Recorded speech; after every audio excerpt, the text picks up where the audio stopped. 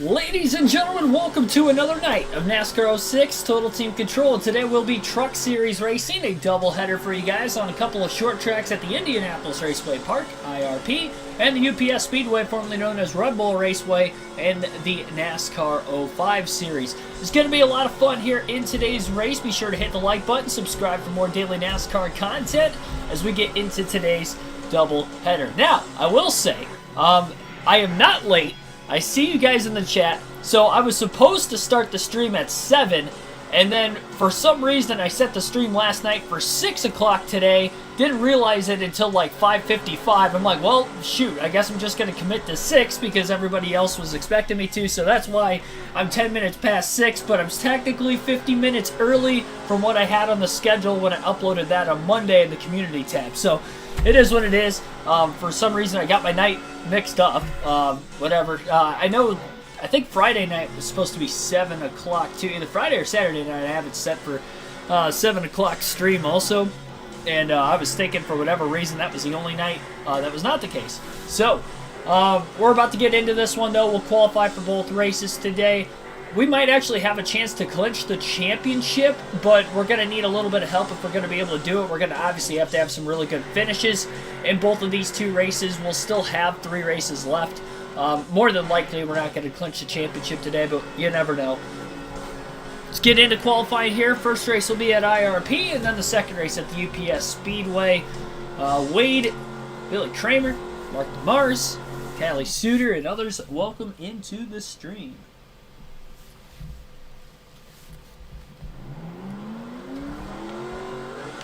Whoa, God. A little bit of a wheel spin coming out of the pits there. About to spun out. That was like NASCAR 22. It spun out leaving pit road. Just trying to get into the gas. IRP is one of the tougher short tracks for me on this game. It's like the one that I tend to not win at the most across all 3 series we've raced. So we even had a cup race here. We've had some good racing at this track, but it is very difficult. You need track position. And right now, Edwards looking for it. He's going to get the pole on lap 1. He's going to run a second lap just to get himself some extra seat time here. A 19.799 on lap 1, and we'll see if he can pick up here on lap 2. 200 laps in this first race tonight at IRP, and I believe the second race will also be 200 laps at the UPS Speedway. So 2 pretty short races. Picked up by 1/1000th of a second from lap 1 to lap 2. Lap 2 was a little bit quicker. Alrighty. Power Stroke Diesel 200 at IRP about to begin. And for driver, Ricky Craven on the pole. Ice Demon King 92 Hammer. Also welcome into the stream, Patrick Shadley. Let's get going.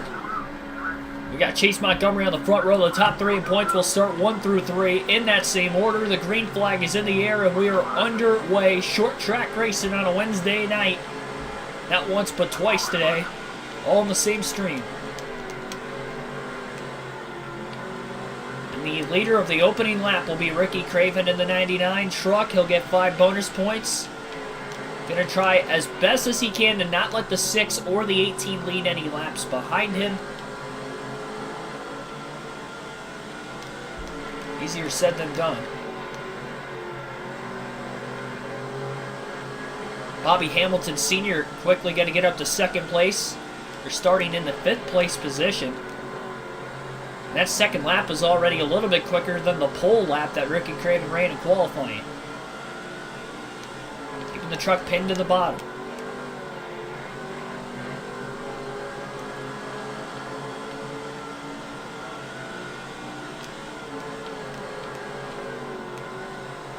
That's one thing I've noticed with this track on this game. I feel like I'm really tight at the beginning of the race, so I tried to make it a lot looser, especially knowing that the Truck Series trucks already have a little bit more downforce. They're a little heavier as it is, so didn't want to overcompensate for it.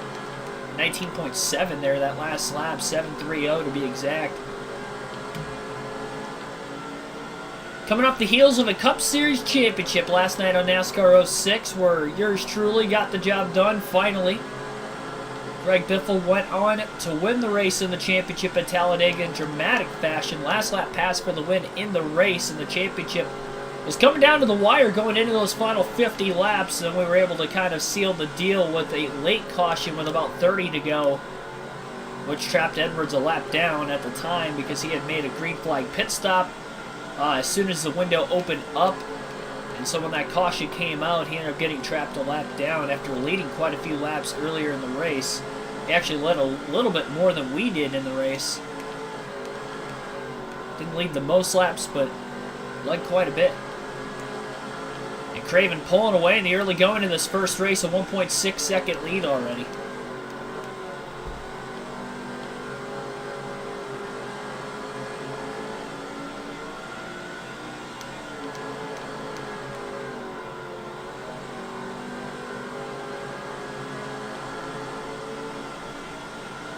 Alternate through the different camera angles for the first time in the race today.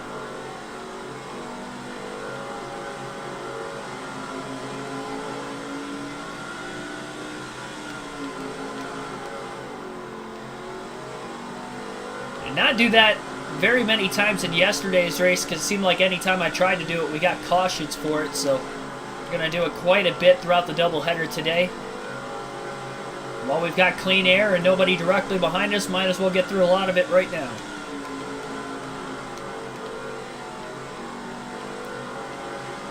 Different series and a much different track. Not quite the same, obviously, as Talladega. Remember, the season finale for the Truck Series is at Daytona. I'm actually worse there than what I am at Talladega. So it'd be very, very beneficial if Ricky Craven can clinch the championship going in to Daytona, or at least before the season finale at Daytona. Because even if there's a chance for second place to win the title, it's all it could take. We saw how scary that was yesterday for Biffle, even though he went into the day only having to finish 29th or worse. At one point he was 34th while Edwards was leading, and he was a lap down at the time, so it very well could have went Edwards' way.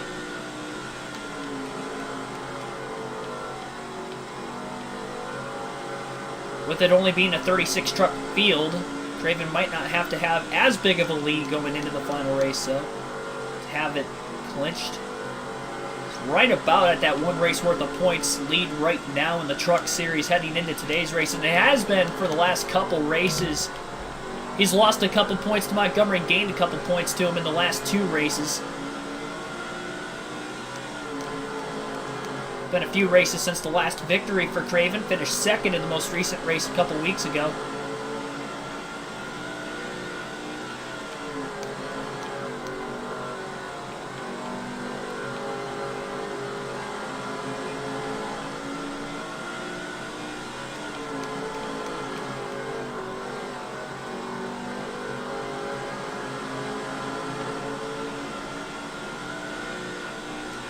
Austin Trucking LLC, thanks for tuning in. Is it possible to lead every lap, especially when qualifying first? It's possible. It's hard, though, in these EA games because I don't know how far we could go on fuel versus the rest of the field. We don't know exactly if it's going to be a one or a two-stop race. I know a lot of the races with about a 200-lap race length really differentiates. I would think with this being a track that's barely over half-mile in length, it should be a one-stop race today, but you just never know in the Truck Series in this game with a lot of these races because it's a different fuel window than what it is in the Busch and the Cup Series. It's definitely difficult to tell. We've led every lap in a race before. I don't know if I've done that, though, in the custom schedule season for any series. I'd have to go back and look. And actually, in the Truck Series, I can pretty much guarantee we haven't done it yet, the trucks. We do have two races today, so even if this is a dominating race, we have no clue exactly how UPS Speedway will go. Craven doing his job to try to get that championship early, and who knows, if we get a little help, Ryan Hornaday, Chase Montgomery, maybe DNF through the two races today. One in each or both in the same race. And Craven could clinch the title 3 races early, you never know. Gonna have to go for the max point, stay on top of it, though, if he is to do just that.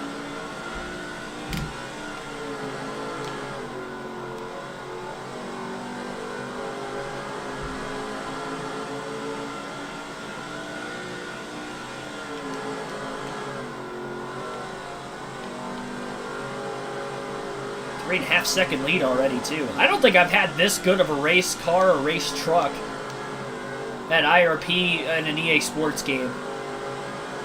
Whether it was NASCAR 05 or 06, honestly.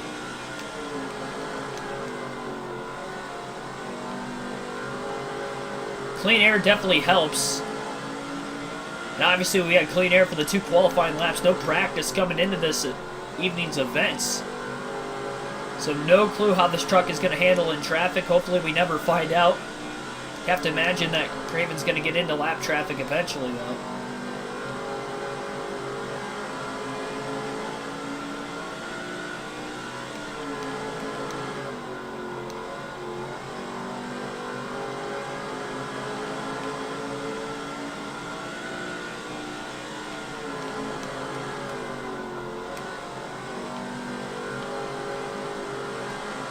Okay, 10 likes already on the stream. Appreciate you guys smashing that like button in the early going.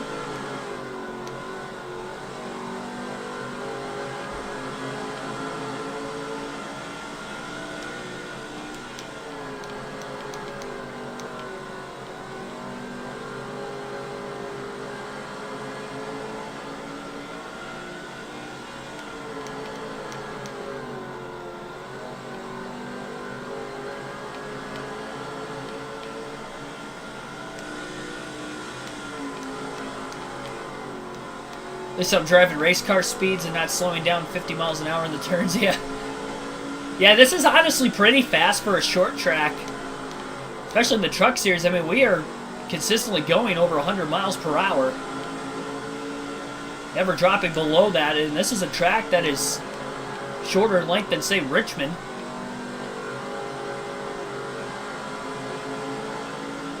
Though it definitely helps when you got one of the fastest trucks in the field for Ricky Craven's sake. He's going to have to survive the restarts today.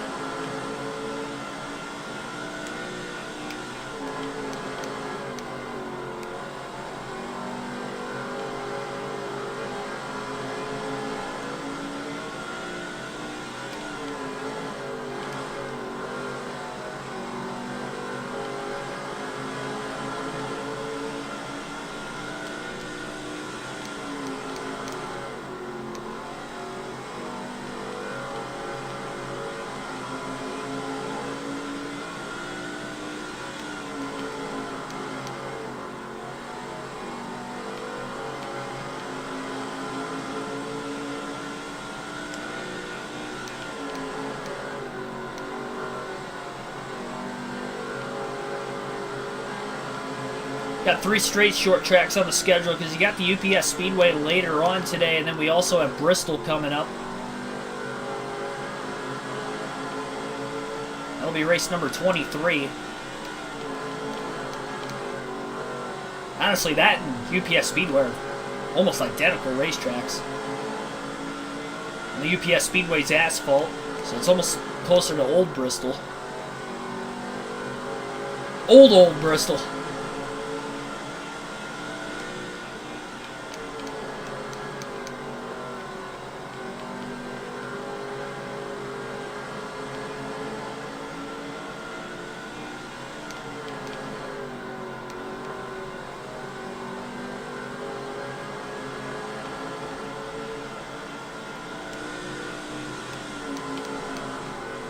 Raven getting just a bit closer to lap traffic.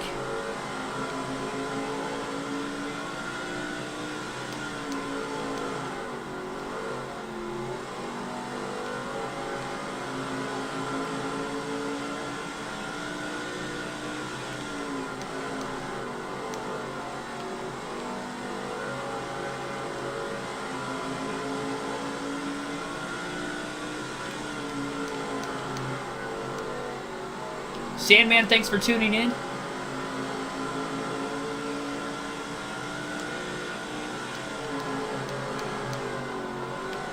Quiet race so far.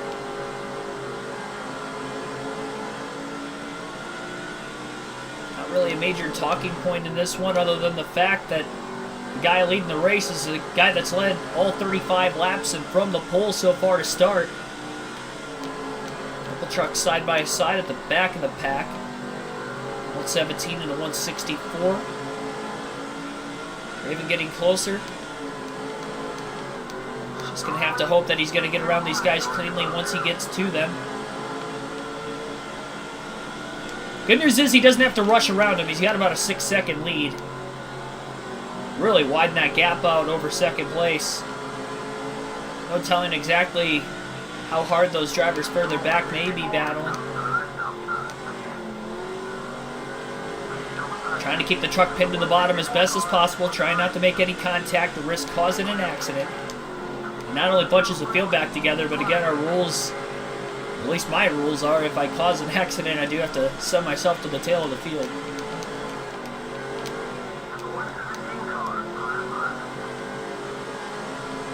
Forces ourselves to have to race cleanly as much as possible. We'll be at lap 40 next time by. We're going to take our first of 2 field passes. We'll go back to Todd Kluver in the 50 truck to see exactly where he's running. He's 11th in points coming into today's race, so he's got a shot to get back inside the top 10 in the standings. He's had a couple of pretty decent races as of late. And I think he's at the back half of the field, about mid-pack right now, 18th, right in the middle. See if we can get him a couple spots here over the next handful of laps.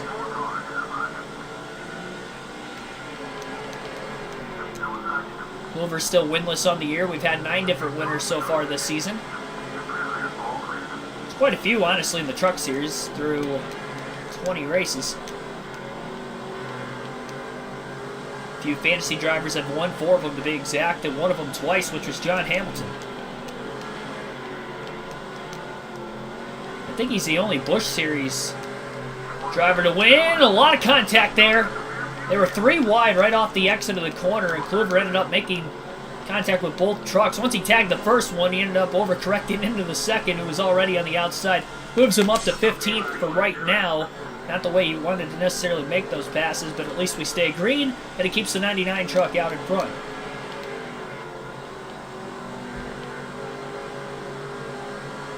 About to find out fairly soon exactly what the fuel situation is going to be looking like. If we get 50 laps in before we get to halfway on fuel, we could have a pretty good opportunity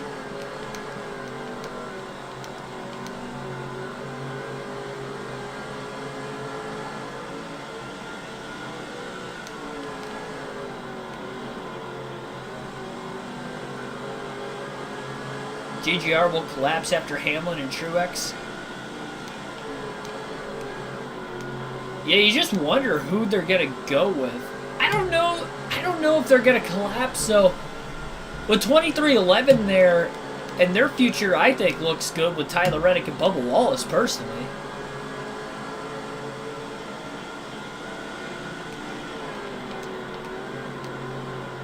I mean, the improvement that they had last year, they look really good to start the season this year. Bubba Wallace led quite a few laps in the Clash, and then Tyler Reddick started deep in the field, made his way up inside the top 5 kind of in a hurry. So they were both looking pretty good this weekend.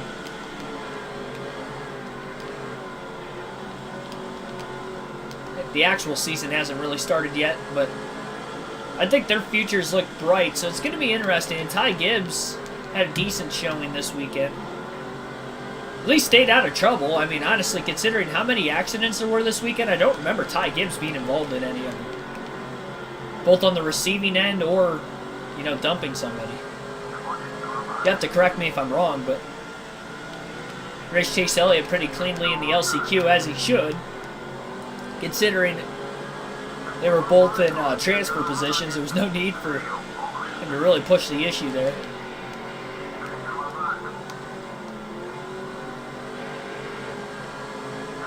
From a driver lineup perspective, though, you just wonder where they're going to go to.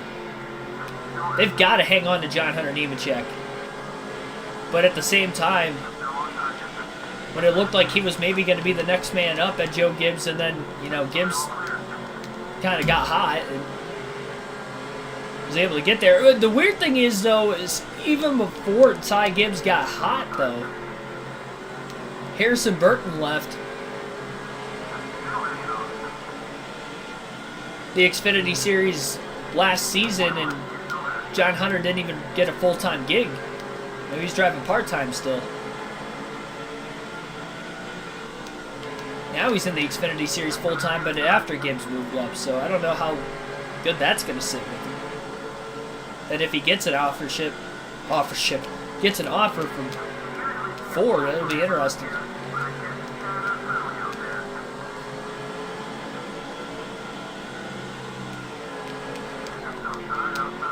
Really drove him deep into that corner. I thought it was going to wash right up into the 107. That was not the case. Still haven't hit halfway out of fuel yet. 52 laps complete, so it's looking like it's going to easily be a one-stop race today. And halfway out of gas right now, so I don't know necessarily about easily a one-stop race, but one stop will be likely for the 99 of Ricky Craven at the very least.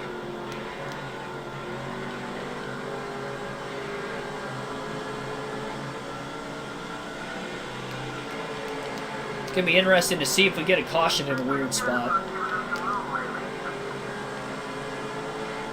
Caution comes out right now. It's pretty easy to stay out, maintain track position.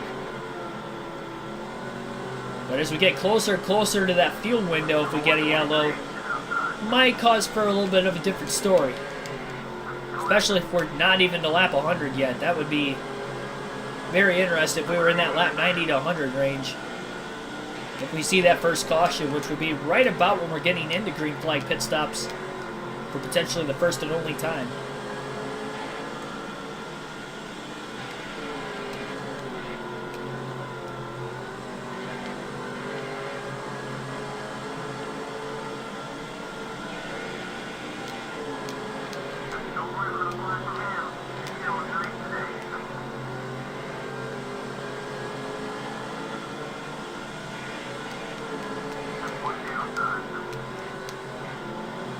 Second and final field pass of the day will be coming up at the start-finish line this time by Chad Chafin. Just went a lap down in the 30 truck. I think we'll see Todd Bodine in that truck in the NASCAR 07 season.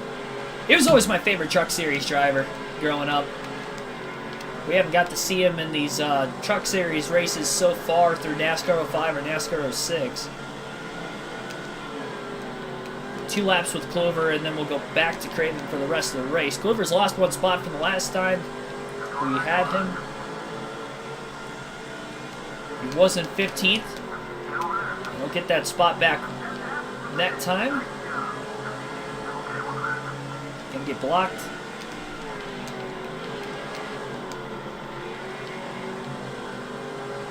Big run, big run.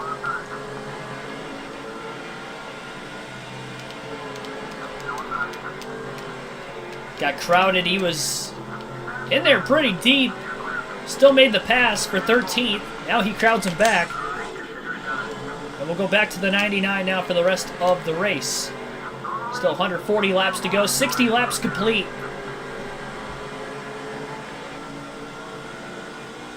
Raven's already lapped quite a few trucks. I think we've had 1 or 2 truck races go caution-free this season. Same on the Busch Series side of things.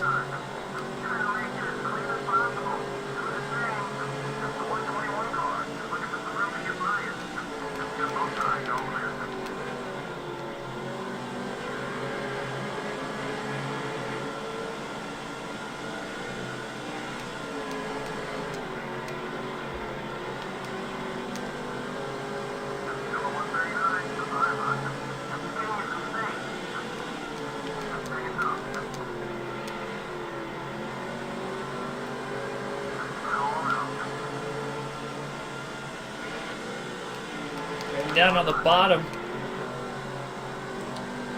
Bill Lester trying to get back in the top 5 in points is Lester.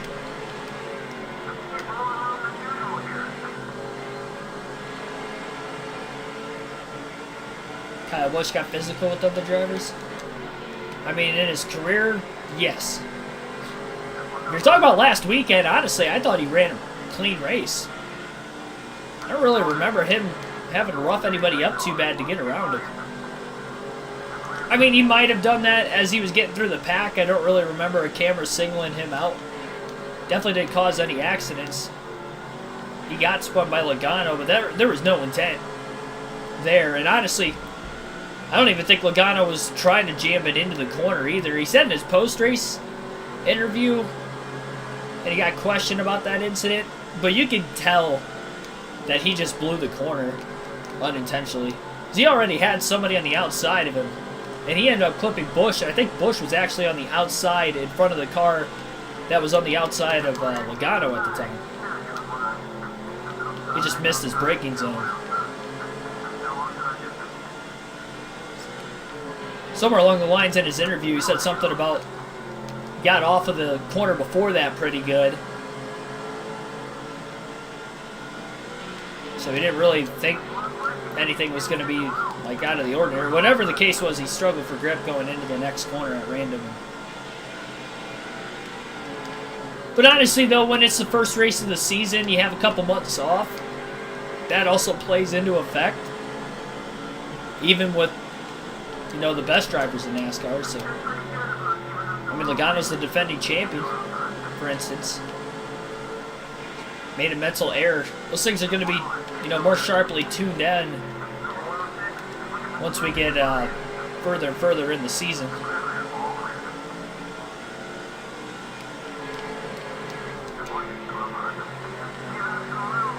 Oh, yeah. Yeah, earlier in his career, for sure. I wasn't sure exactly what you meant by your comment initially.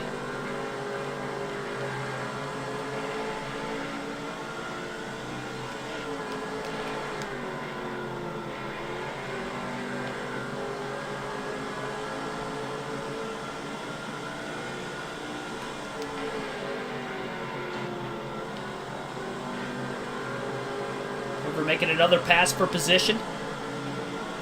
In danger of going a lap down very, very soon. 9.5 second lead right now for Ricky Craven. Trying to get to the inside of the 108 truck. Just able to do so.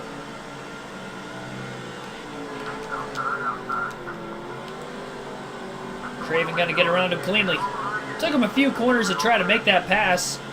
Now that he's catching some faster trucks. Kluver's still just outside the top 10. Just as he is in points.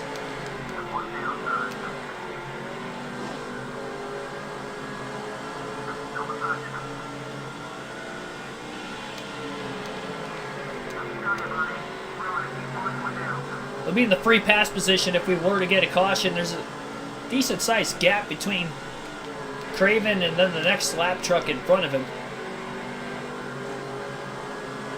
We don't even know if that next lap truck is already one lap down or the last truck on the lead lap. 10-second lead for Ricky Craven, dominating the race. He's led all 75 laps from the pole so far in our first of 2 races tonight on this doubleheader.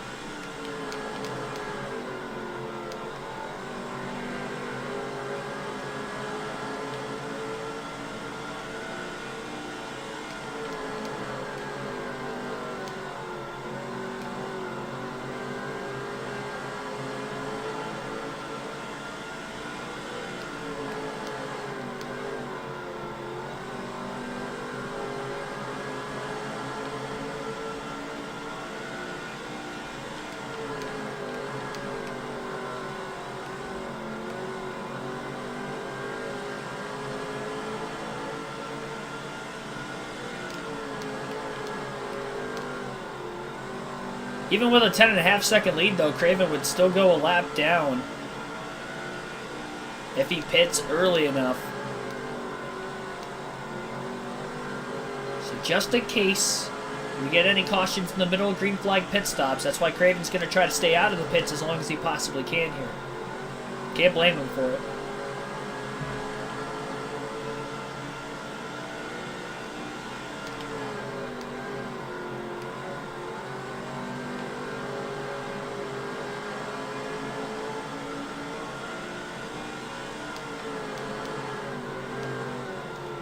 All 36 trucks still in the race.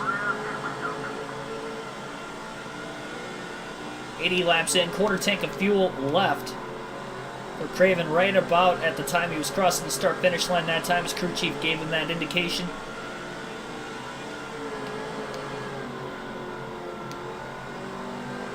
Brandon Witt was one of the contenders for the championship in our first Truck Series season, but on this custom schedule season, he is well outside the top 10 in points. No wins. Had a few of them in the last season. If I remember correctly, he had like 3 or 4 wins.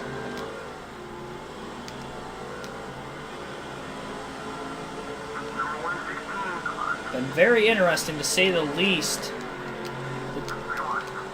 Tale of two stories there as Craven just got sideswiped by one truck trying to go 3 wide and up the middle. Still be 3 wide into turn 3. Yikes. Getting a bit crowded for the second straight corner, but Craven's going to pull clear.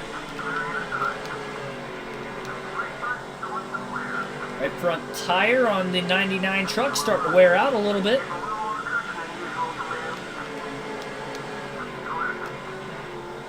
Not uncommon, that's the first tire to really start wearing out on a flat track like this, rolling over on that right front quite a bit. Heavy braking areas on the track. 400 times. 2 times per lap.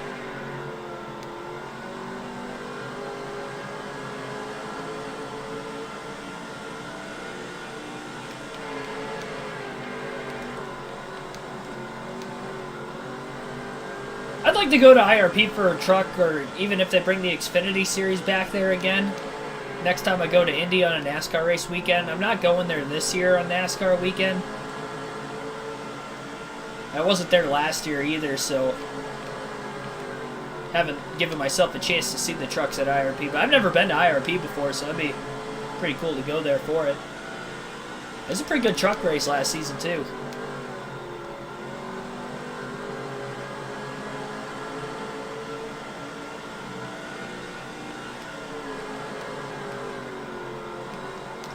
Excuse me.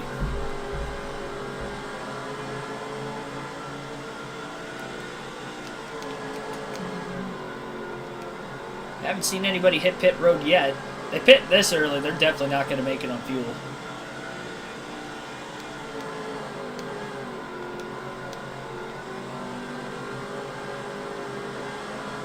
Gotta assume, though, that they could be pitting at any moment.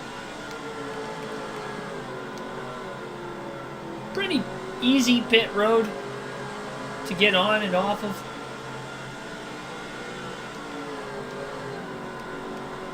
Communist Legos, thanks for tuning in.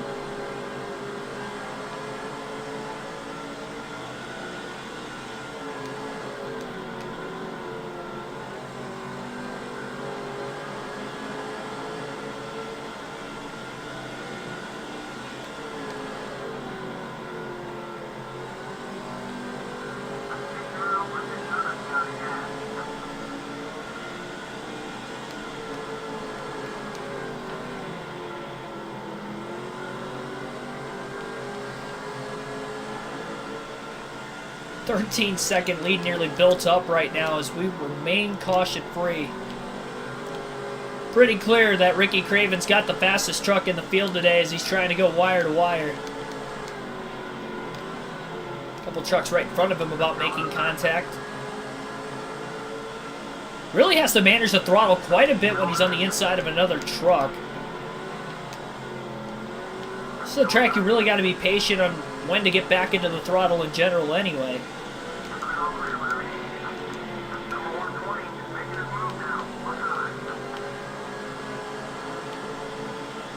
Backed up the corner entry that time, trying to get a better drive off.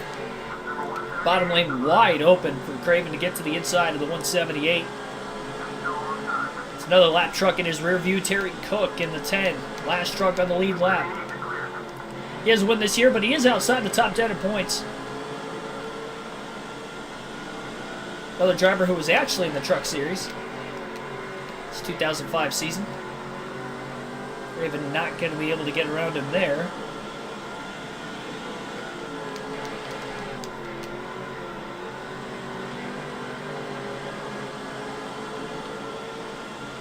Oh man, almost hooked him on the back straight, or front straightaway rather. Quite a bit of contact. I went to pull out of line. I knew it. I didn't think I was that close to him, honestly. Craven got right up behind Terry Cook, right off the exit of turn 4. Then when he went to pull out a line to make the pass into turn 1, he got into the back of him, just kind of mistimed it. We stay green. Craven still has about a 13.3 second lead. Eventually got by Cook the following lap. And we've got some trucks hitting pit road right now, lap 98. Window was open to make it on fuel to the end of the race.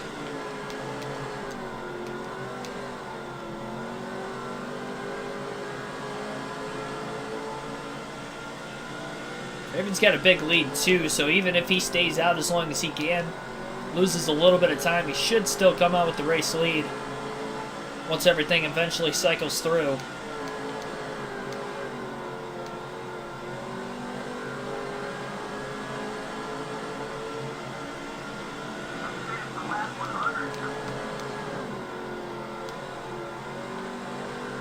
We'll be halfway home at the start-finish line this time by.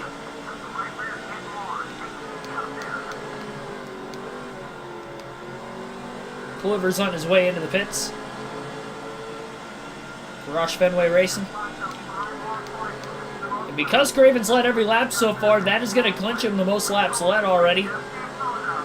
And he's keeping anybody else from potentially getting 5 bonus points with every lap he leads because nobody else has led yet. He's got a 1 lap lead on the field. It's the last truck on the lead lap that still has to hit pit road. There's quite a few lap trucks that haven't pit yet.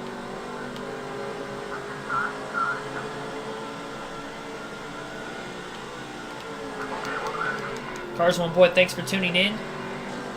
And hate to hear that. Wish you a quick recovery.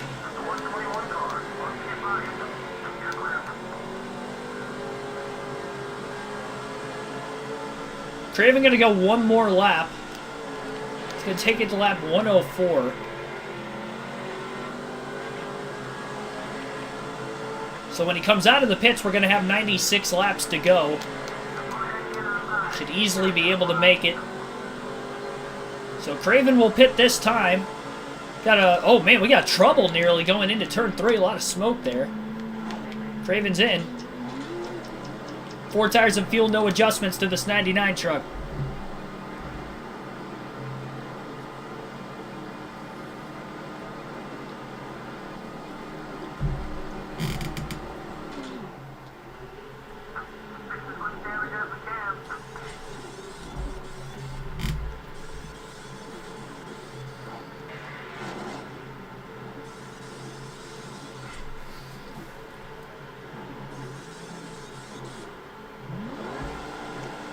So, 1-stop race. Craven on his way out of the pits.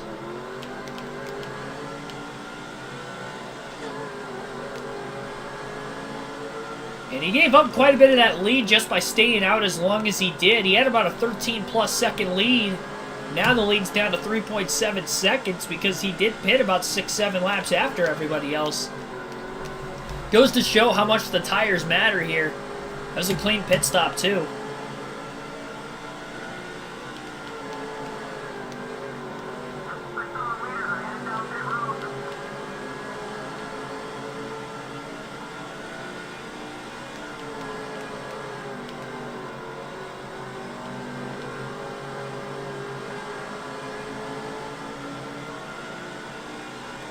Oh, never mind. I guess somebody stayed out a little longer trying to get a lap led in.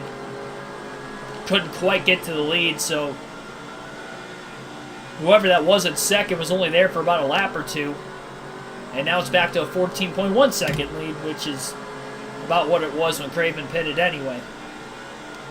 I think it was up around 13.5 seconds, so pretty fast stop by the 99 crew. There's that truck coming out of the pits up here as well. Might be Chase Montgomery. I'm not entirely sure. It's either him or a truck that was already a lap down. Yeah, it was a fantasy truck. 105, 106 maybe. Oh, we got somebody blowing an engine. Bottom of the racetrack. Holding up a couple trucks. Craven to the outside, 3 wide, trying to get around. Almost got into the back of the 105. Was able to steer clear quickly up the racetrack. Out of harm's way. 90 laps to go, still caution free. And through the pit stops, Craven has still led every lap. Went 104 laps on fuel the opening run, so only has to go 96 to the end. He should be good. He's topped off.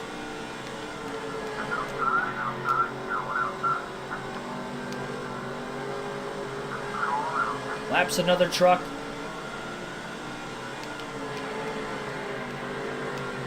Earl, thanks for tuning in. Listening at work too, thank you.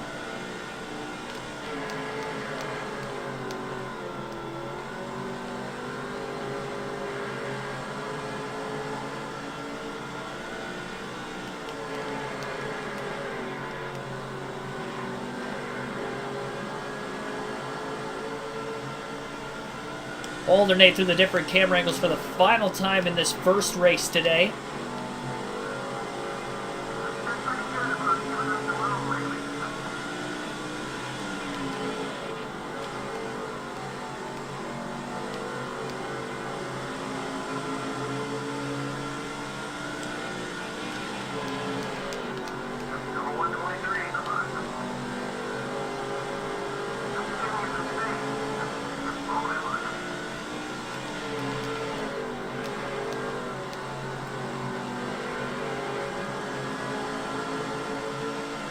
Surprised we've only had one driver DNF so far, too.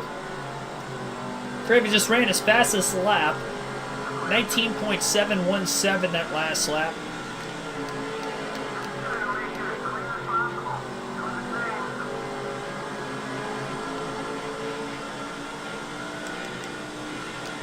Just ran it 2 laps in a row, identical times. That's even in-lap traffic, too. It's pretty impressive. Truck's on the outside. He can't get back to the gas as quickly as he wants, so let the truck feed up to the wall a little bit more.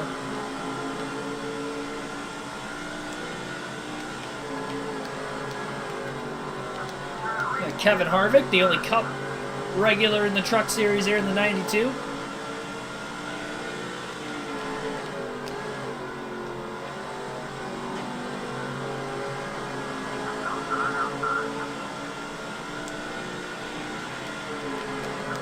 So we already got Roush Fenway Racing a Cup Championship, trying to get a truck title now. As you guys voted for me to race as Ricky Craven for this season. Got another slow truck, I think. Actually, I think a couple trucks got together. I think Hornaday and whoever he was trying to pass for lap truck or 4th position, might have been a lapper, got together. Stacked everybody up pretty quickly there for a second. Craven checked up too. I thought there might have been another smoker. That wasn't the case.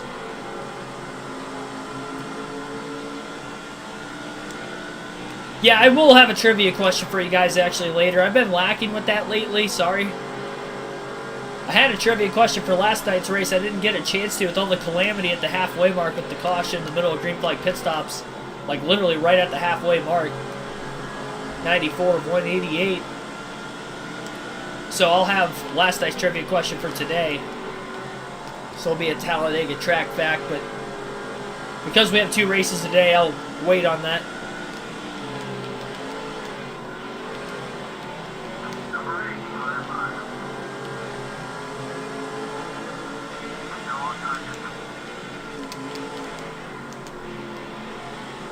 Whoa, Nelly. That's perfect though. Brake shop too. I mean that's the sound, that's the saying you make when you have no brakes. And you're like off-roading. Whoa, Nelly.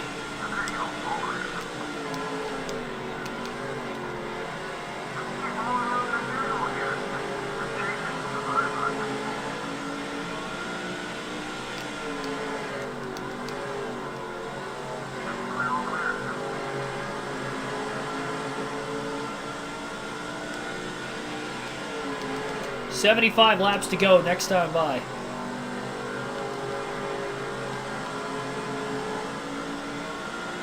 I think there's a chance Ron Hornaday's the second place truck, which would mean we have just 2 trucks on the lead lap right now because the truck in line behind him, I believe, is already a lap down.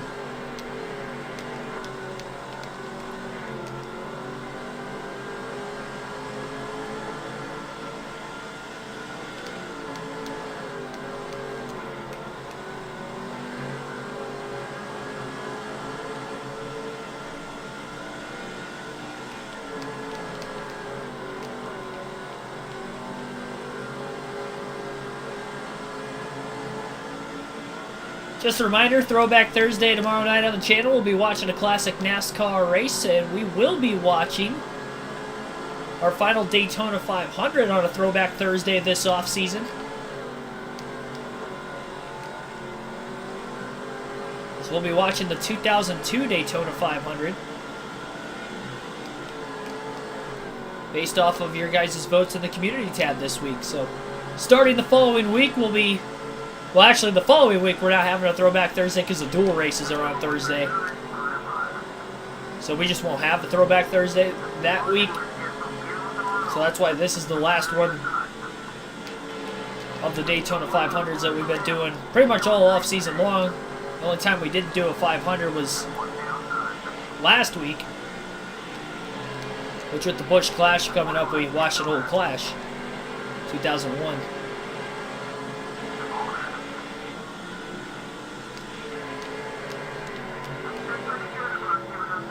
Calm, straightforward race so far.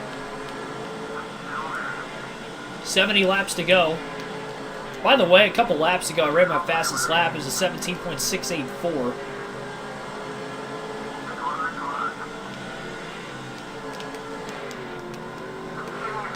Hornaday moving the lap truck out of his way. He's trying to stay on the lead lap as long as he can. Praying for a caution because sure he could get the free pass, but he'd have to line up at the tail end of the longest line, which would obviously be the lap line. Oh, he overdrove the corner, almost got into the side of the 86. That's going to cost him off the exit at turn 4, but Craven still can't get under him. Contact up ahead. Beating and banging. Some lappers still side by side. Craven to the inside of Hornaday now.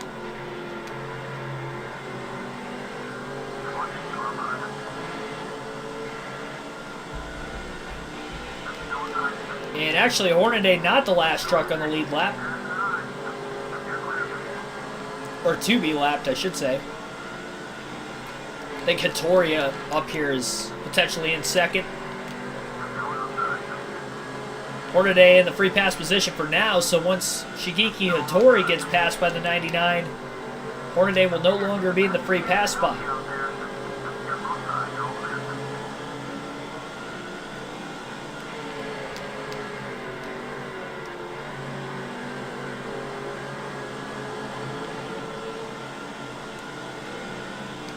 Another 16, or sorry, 0.684.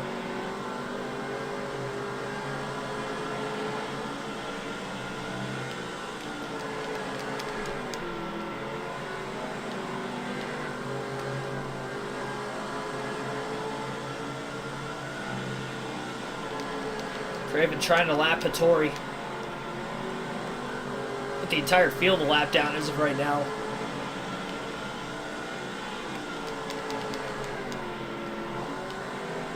Hattori getting a little loose in turns 3 and 4 the last couple laps. The rear of his truck on corner entry looks like it's sliding out from under him a little bit. A lot more stable in 1 and 2. This is why the track position matters, though, because Hattori is staying right there. Craven just can't get underneath him.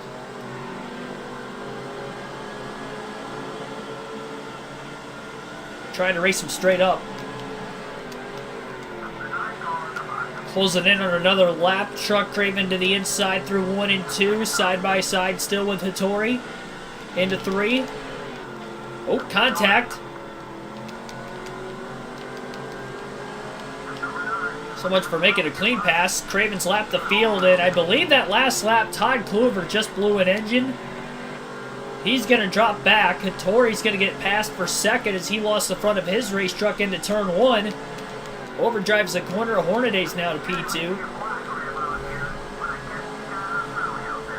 60 laps to go.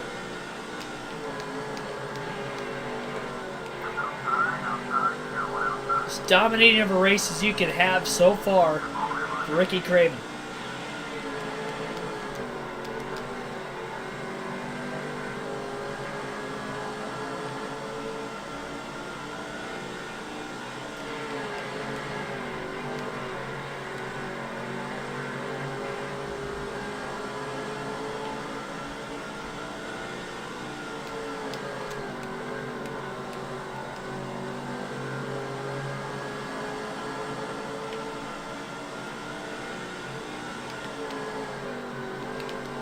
Clean air in front of the 99.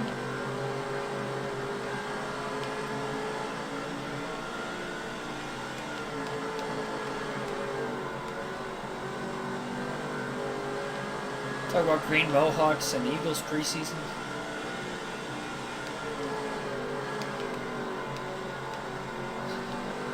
Are you a Eagles fan, I take it?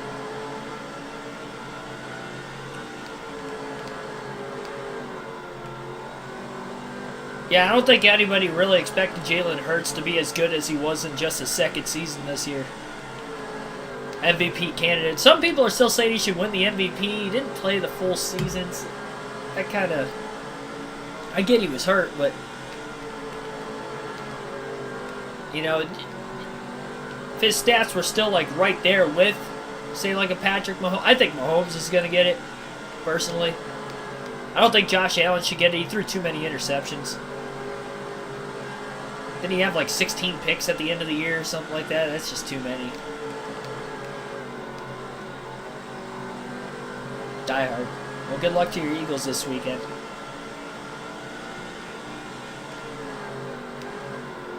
Gotta enjoy the good times while they last with your favorite sports teams. You just never know how long the window is to win a championship.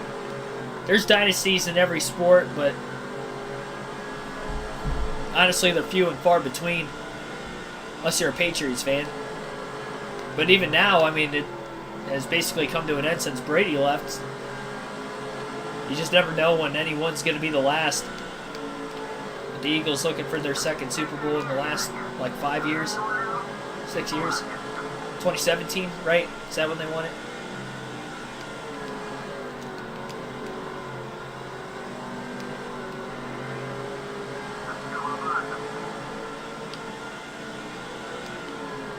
I mean, just for my sake as a Packers fan, I wouldn't have thought 2010 was the last time we were going to win a championship. It's been so long. Would have thought Rodgers was going to get more than one. Still not impossible, but we don't really know if he's going to be a Packer anymore, though, either. So 2017 was... 2018, yeah, my bad. Contact, got back in the gas too soon.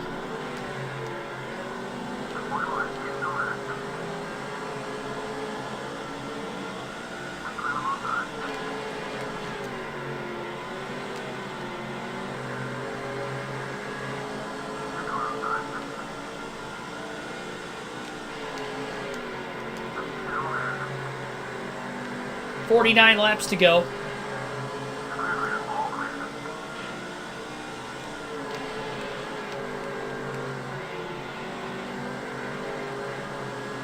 Home race for Ricky Craven, at least.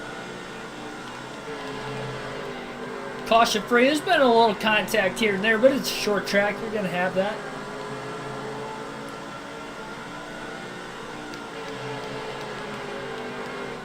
We still have a second race yet. Craven doing his part today to try to hopefully clinch this championship as soon as he can.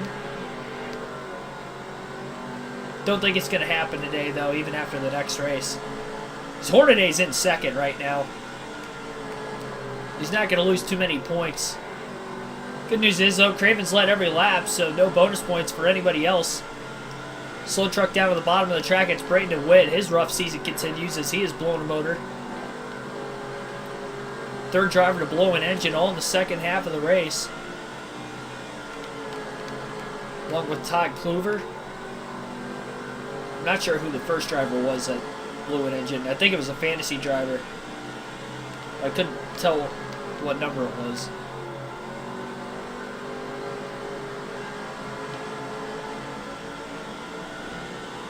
Oh, we got another truck blowing up. Oh, man, right in front of the leader. I think it's Chase Montgomery, too. It is. The second place driver in points has just blown an engine. That's going to give Hornaday second in points, assuming he can hang on. Maybe we could clinch the championship today.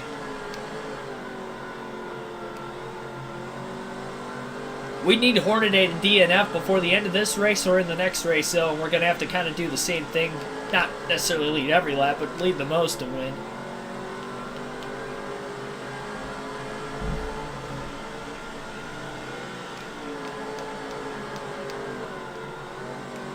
I'm gonna pause it for a quick second. Mute the mic.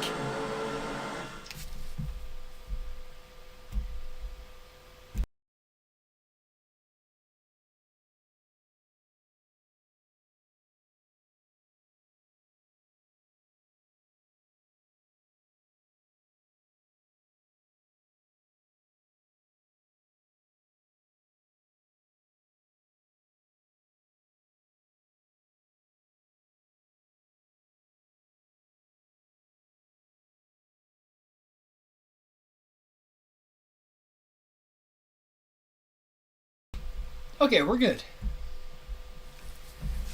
There's a tickle in my throat for a little bit. I had to cough. Everything is A-OK.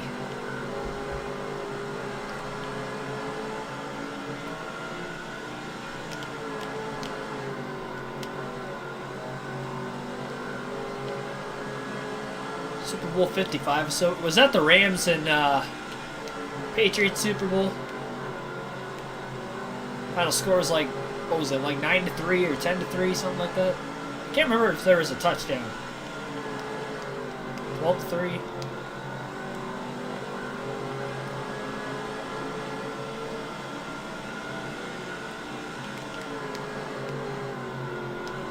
I don't care how low scoring a game is.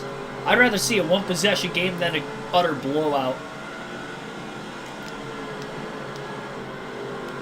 No, it was 53. 50. I don't even know what they're on right now, honestly. 13-3. So there was a touchdown. A little leadage on the 117 truck. 39 to go. I just want this race to get over with at this point. This has been pretty anti-anything. Hasn't really been much racing in this one. And because there's been no cautions on top of the blow... I mean, we've had races with few or no yellows before. We can have some good races with that, but when one truck is just so much more dominant than the rest, this leads to happen when you get the long green flag runs. 1940 NFL Championship. What was the score of that game?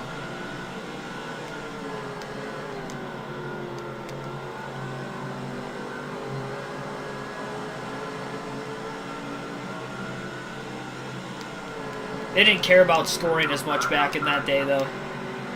Not like fans do now.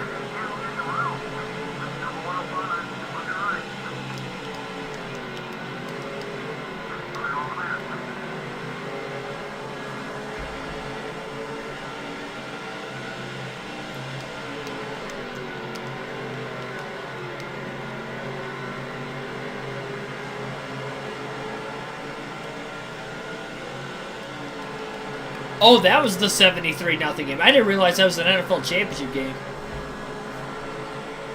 Yeah, the Bears won that. I realized it was a championship game, though. It's the most amount of points ever scored in an NFL game.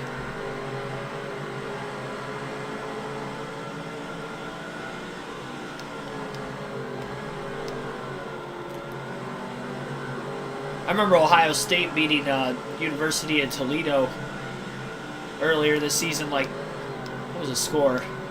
77-14, something like that. I remember Ohio State putting up 77.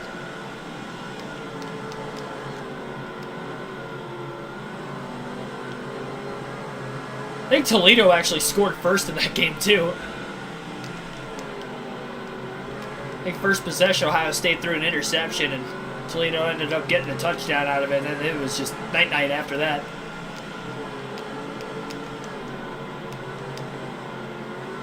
'21.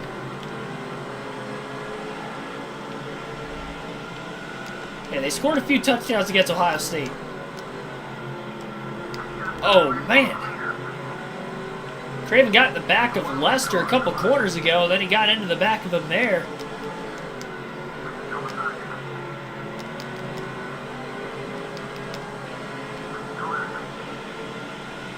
And that was after Lester got into the 106. Wadded everybody up for a quick second. 30 to go.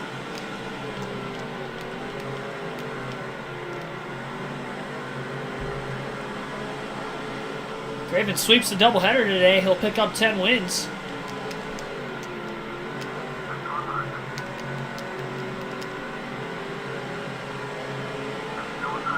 Attack with Bill Lester.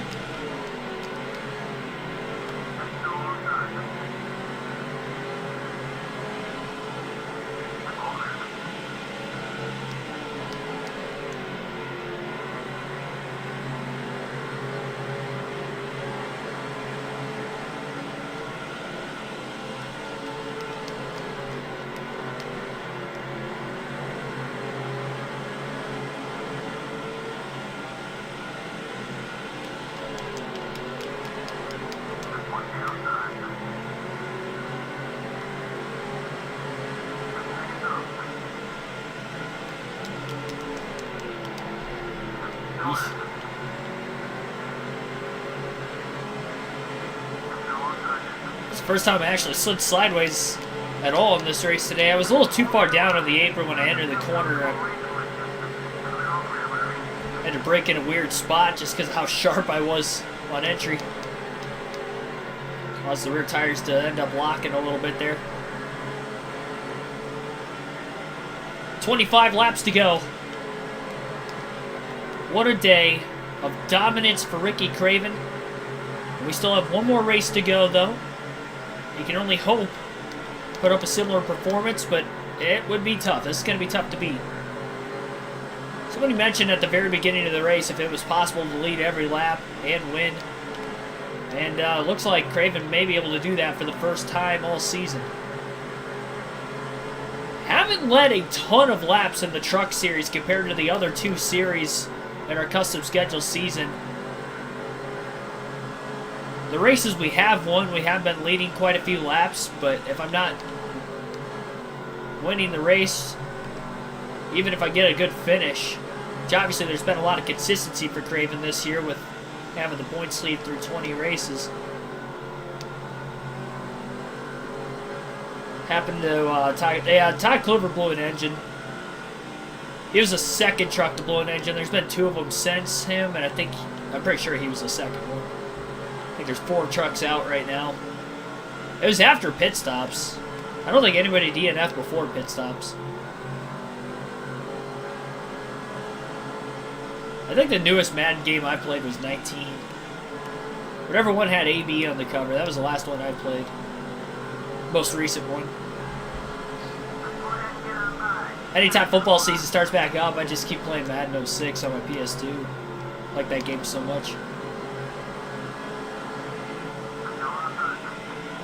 Aaron Rodgers is a rookie in that game too, so I could like play out his career, the franchise mode. Also play with Favre if I really want to for a couple seasons before that. So many options I can do on that game too. I've never been one to play online, so that never really interested me too much. Same thing goes with like the all like the card packs or whatever, and all the sports games now. It doesn't really draw much ire or attention to me just because I'm not one for really playing online. I have before, but I just like playing offline a lot. Very introverted person, believe it or not. You probably wouldn't think about that just because of the channel. And I talk a lot on the channel, but I just kind of like doing things myself.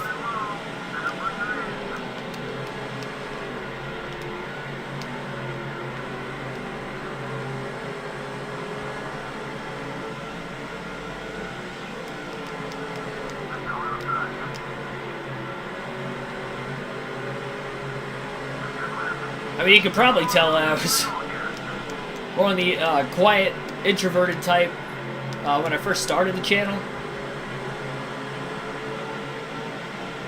I haven't gone back and watched any of those since like I first started the channel. I wonder what that would look like now.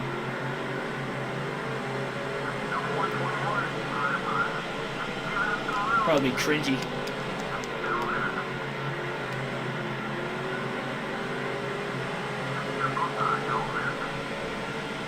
$15 to go.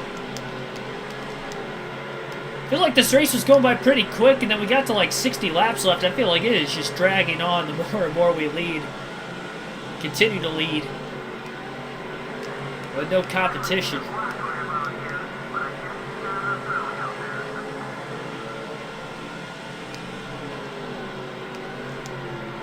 We get a caution to restart with less than 10 laps to go, then won't be any lap trucks to the inside of Ricky Craven either, which would help him out quite a bit. Crowder by the 137. Didn't want to dive bomb underneath him. Going to play it patient. No need to. We were just talking about there not being any pressure for Craven right now, so no need to really risk anything. Craven going to be pretty low on fuel to the end, but again, he'll be good by at least 4 laps. Contact with the 137 truck that time. 12 to go.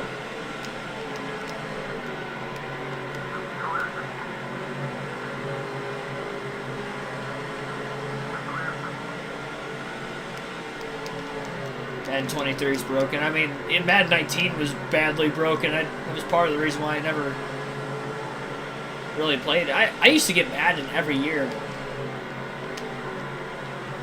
From pretty much about 06, like all the way through my PSP years, I would always get the newest one. That was like the only sports game I would do it with. Because even with NASCAR, I never really got new NASCAR games a lot. Like, my parents were never really, like, into NASCAR, so that my dad, you know, he watches football pretty much, like, every Sunday, so he would always give me Madden every year. That was, like, a game I could rely on getting every year, and that was pretty much it.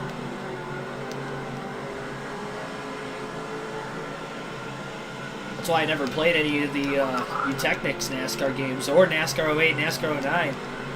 I never played NASCAR, owned at least NASCAR Thunder 2004 until played it on the channel. Actually, I don't even know if I played that beforehand.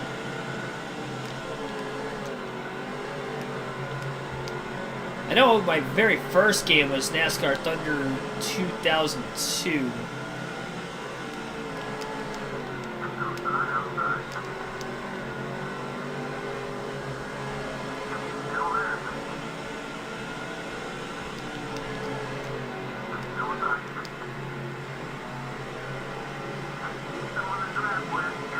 Six laps to go this time by.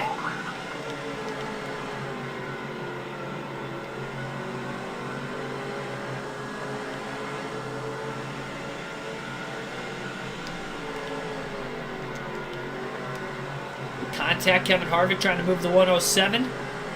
Maybe battling for a position in the closing laps. They may have one less lap than what they already have right now if Craven could get to them and lap them also. Todd Kluber is so close to the top 10 at points. I think he actually got himself inside the top 10 at one point in this race as well before blowing an engine, unfortunately. Could have had a chance to crack the top 10 for the first time in a while this season. Harvick going to go another lap down at the hands of Ricky Craven. There's some contact the lap before between the 107 and the 86 again. They're going to stay wide. Harvick may have a chance to get underneath him if he can stay close enough behind Craven and follow him to the inside. A little too late, though. He wasn't going to be able to do it. 3 to go at the line. And that will be the last lap truck that Ricky Craven's going to catch today. It'll be clean air to the end of the race.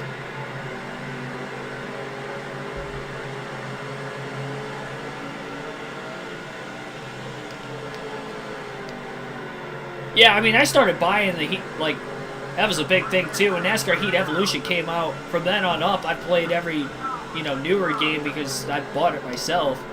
But it was just growing up before that and never really got them. wouldn't really get money for, you know, chores to go out and like buy my own either. So.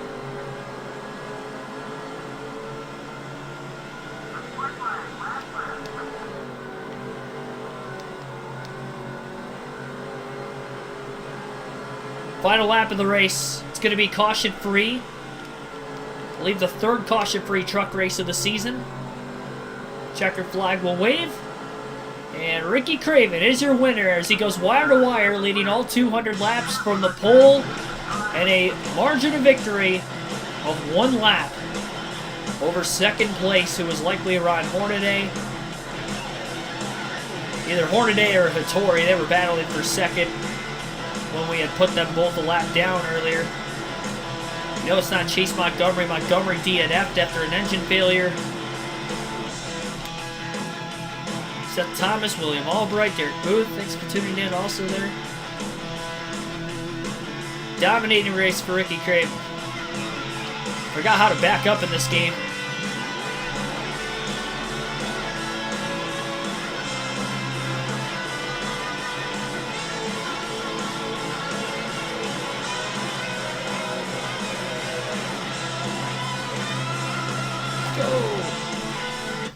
Winner, winner, chicken dinner, yeah.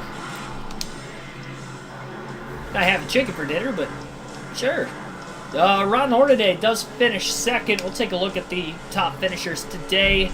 Max points day, and nobody else even got any bonus points other than Ricky Craven, who gets them all. No cautions. Set 4 lead changes. We didn't have a lead change. That's what doesn't make any sense. That is a glitch, because we literally led every lap in the race. So how could we have had a lead change? Nobody even took the lead from us either. We came out of the pits with like a 3-second lead, even over the trucks that hadn't pit yet up to that point. So, oh well. 1 hour, 6 minutes, 51 seconds, 123.14 miles per hour average race speed. Yeah, no lead changes. We were the pole sitter too. Take a look at the top 10 real quick. Ron Hornaday again finishes second. Shigeki Hattori finishes third. Parker fourth. John Hamilton fifth. Spencer Claiborne sixth. Wilson Eubanks seventh. Bill Lester eighth. Marvin Sheth ninth. And George Teague rounds out the top 10. And actually, truck 7 on back finished 2 laps down at least in this one. And we had 4 DNFs if I remember correctly. There they are. Bobby Hamilton blew an engine. He was running very good in the very beginning of the race. I think he was as high as second in those opening laps. He finishes last. Todd Kluger, our teammate, started pretty deep in the field before working his way to the top 10, so he definitely had a fast truck.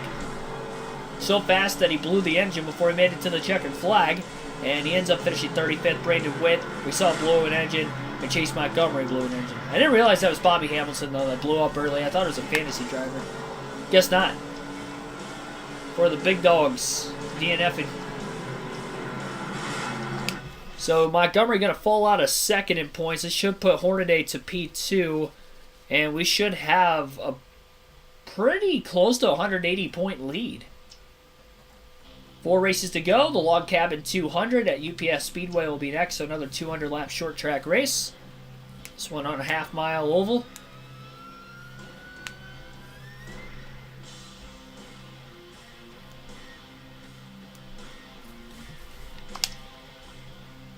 $184-point lead, yep.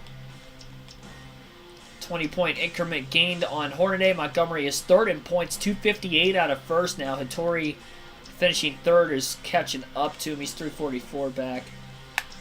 Bobby Hamilton blew an engine, so he lost a spot in points. I'm going to update the top 10 in points on the top of the screen real quick, and I'm also going to end up Googling how many points 36th gets. So that way I can try to factor in the truck series how many points ahead of first will have to be after this race to see if maybe we have a chance at clinching the championship. We'd probably need Hornaday to DNF if we were even to have a chance at it. Oh, I didn't mean to get rid of the wins list. I got to put that back on here too. I backed up too far.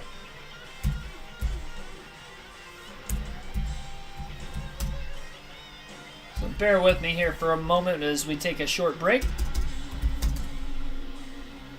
Then we'll get back to your regularly scheduled programming.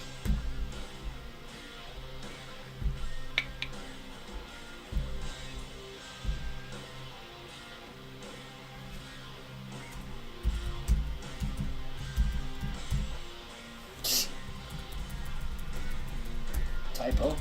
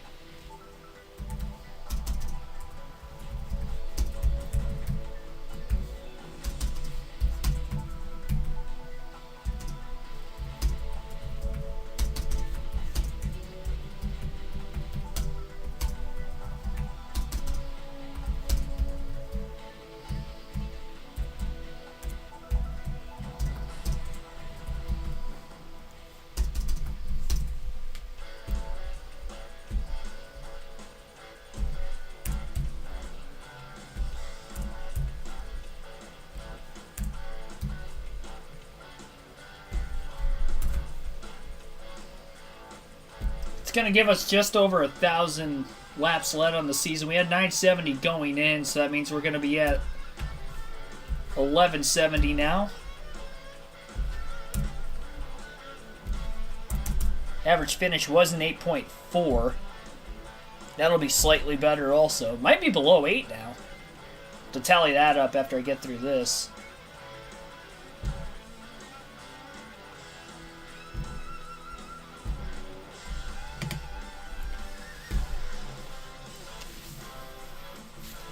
Alright. Where are we at here?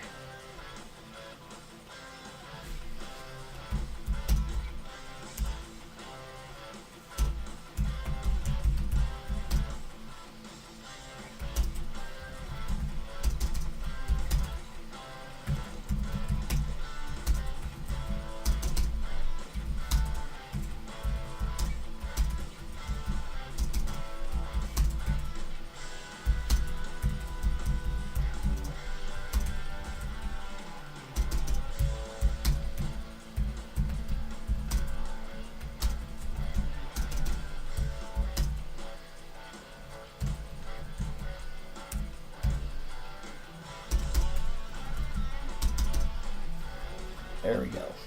So that's good to go.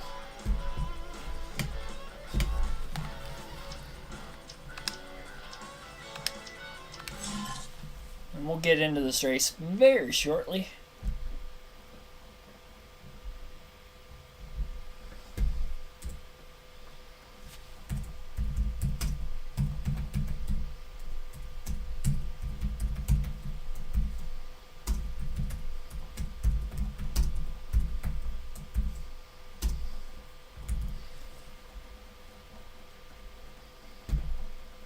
EA Sports and the UPS International Speedway welcome you to tonight's NASCAR Craftsman Truck Series event.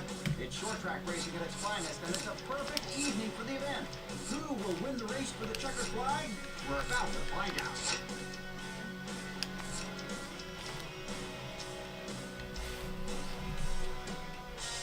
Qualify as soon as I get the average finish updated.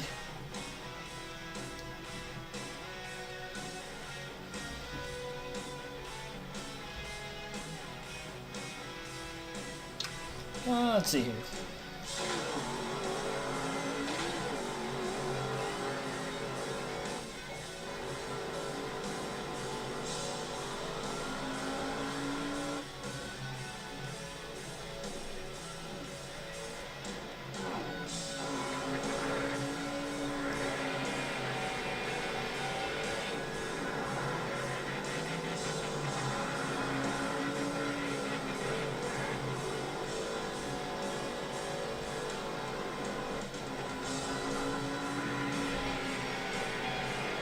Pretty close under 8. It's an 8.0 average finish. So, I mean, pretty much as long as we finish better than 8th in this race, it's going to come down below an 8.0. Dropped like 4 ticks, so... I mean, another win, it might be down close to 7.5. We'll see. Hear about Jerry Lawler? No. What happened to Jerry Lawler?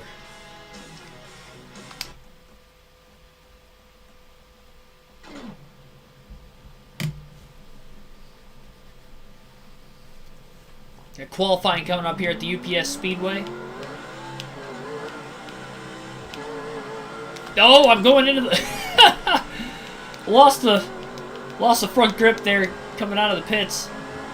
That's going to make for a pretty rough first lap. Time I got up to speed. I still might have a shot at it. I know lap 2 is definitely going to be better.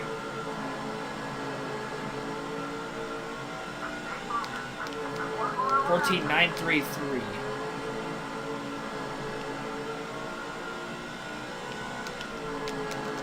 Truck feels a little too loose. Hey, 14,832. That's pretty good.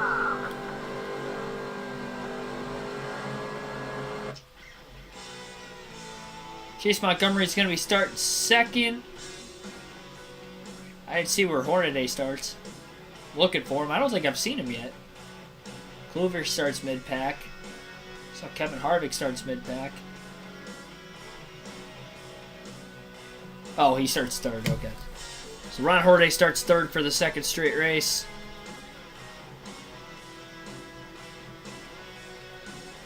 Ooh, had a stroke. Man, that's tough.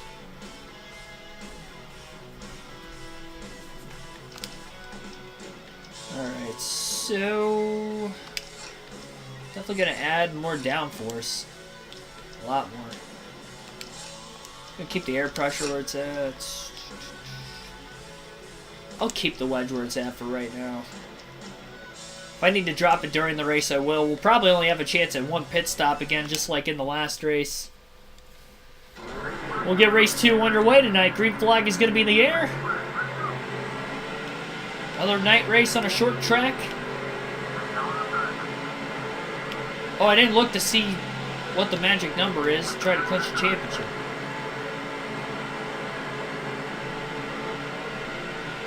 I'll pause it later in the race, if I remember to. My bad on that one. Craven going to lead the opening lap, though. Hornaday, who's now second in points, pulling back after starting third. He's stuck on the outside once the 18 of Montgomery was able to get underneath him. Craven had to lift off the exit of the corner. He goes down to block the 04. And now Bobby Hamilton overdrives the corner. He'll be on the outside. It's not Montgomery. I thought it was... Hey, Montgomery started second. Hornaday must have started... Well, he did start in third. I think Bobby Hamilton must have started behind him in fifth. Deborah Renshaw gets up to P2. Now she slides wide. Nobody's able to hold on to second. Whoever gets there just slides up into the outside lane. Specifically, it seems to be in turn 3. Track is this based on? It's just a fantasy track. That's not based off of an actual track as far as I know. Maybe like a local short track somewhere, but not. Kind of feels like old Bristol, asphalt Bristol to me, personally. But I don't know if that's exactly accurate or not, though.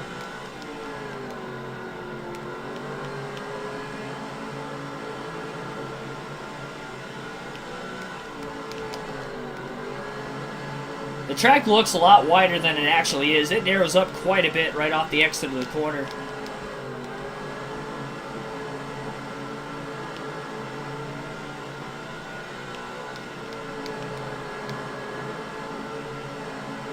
Truck handles a lot better in this race than what it did in qualifying so far. Only 9 laps in, though. Went caution-free in the first race tonight.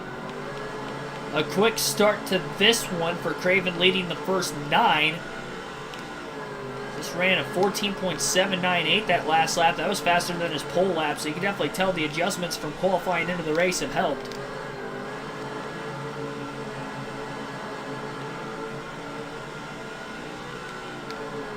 A 1 second lead.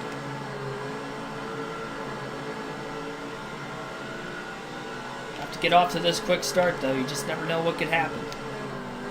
You wouldn't think we're going to go caution-free both races today. How narrow this track is on the exit of the corners, I feel like we're going to get a yellow or 2 at least in this race. We'd seen if both races go caution-free on 200-lap short tracks.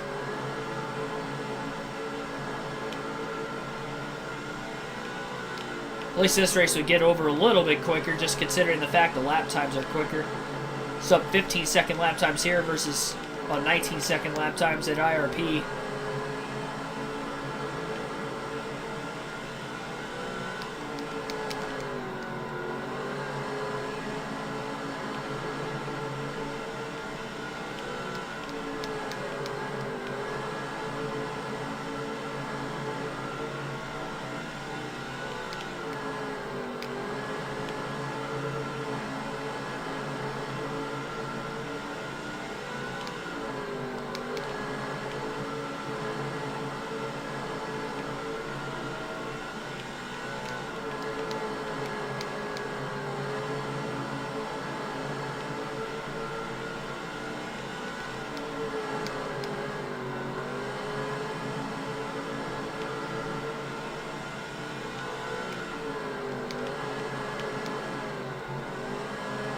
When's the trivia question? I'll give it to you guys at the halfway point in this race. Well, not right at half. I'll give it to you guys before halfway. Because we'll probably be around green flag pit stops in this race at that time, so. I'll give the trivia question to you guys at some point in this one. I'll do it before we get to halfway.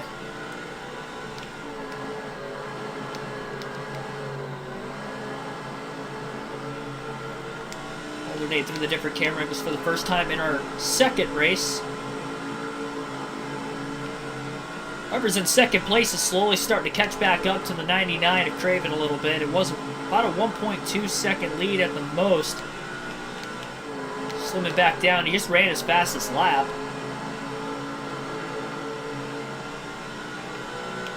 Got back up, down I should say, in the 14.7s. One truck blowing up on the inside of the racetrack.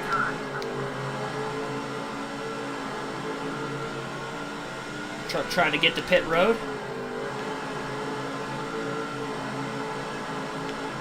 Much earlier in the second race, seeing our first DNF of the night.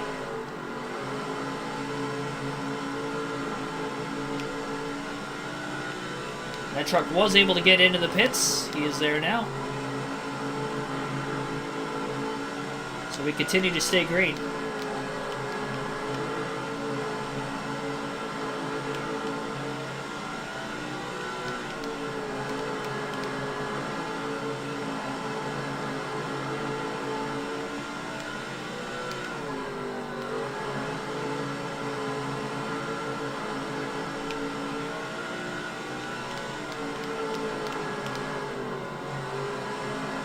Based on Mansfield? I mean, I guess that would make sense.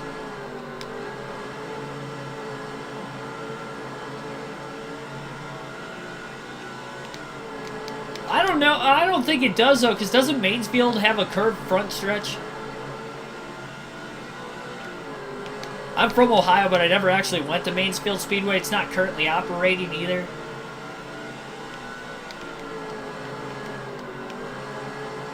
I know they raced there at this time period, so I could see why that could be the case, but...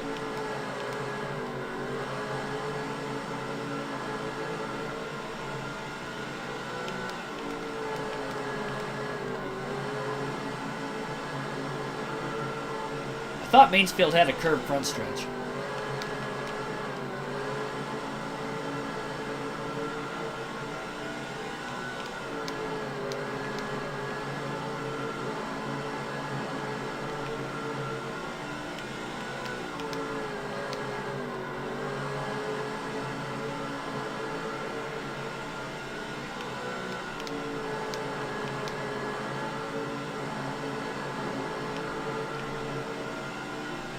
Second place definitely holding on pretty strong right now. I can't tell who that is. It may actually be a fantasy driver. We'll take our first field pass of this second race. Go back to Todd Kluver in the 50.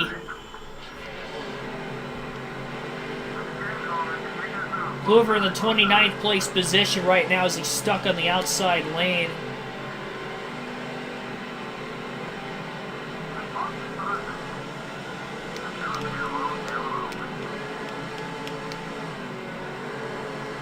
Kluver just trying to stay out of harm's way. He's going to have the bottom lane opened up now. The 10 and the 178 have gotten by him. Contact with the 178. The back straightaways, he's able to shuffle down towards the bottom. Getting that spot back, moving into 30th. So both races tonight, Kluver starting deep in the field. This one he is struggling a lot more in the beginning versus rocking into the front like he did at IRP. Didn't end up having a good finish anyway as he blew an engine before the end of the race.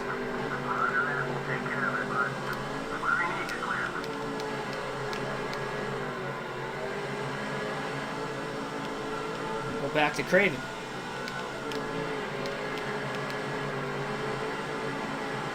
Thought Mansfield was shorter. Shorter than a half mile? It may have been. I was actually thinking it might have been a skosh longer. Could have been a half mile. I don't know. I know it was a short track. Trisha Games, thanks for tuning in.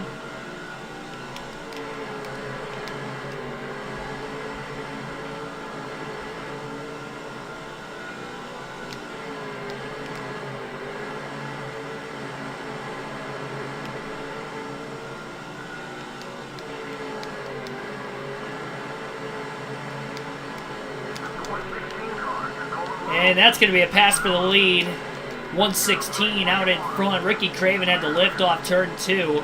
Almost got into the wall. Now Shigeki Hattori is underneath him. He'll get to second. Dropping Craven back to third as he finally gets to the inside. And now he's in traffic for the first time today. So he gets caught on a long run there. 40 laps in, still caution free. And now Hattori trying to go for the lead on the 116, side by side, front of the field. It's going to open up the bottom lane for Craven to potentially get back into second. Hattori leads his first lap of the day now. So Craven will not go wire to wire from the pole in both races today. I didn't think that was going to be the case. Much more competitive start to this one. I mean, this race is already more competitive than the entirety of the last race.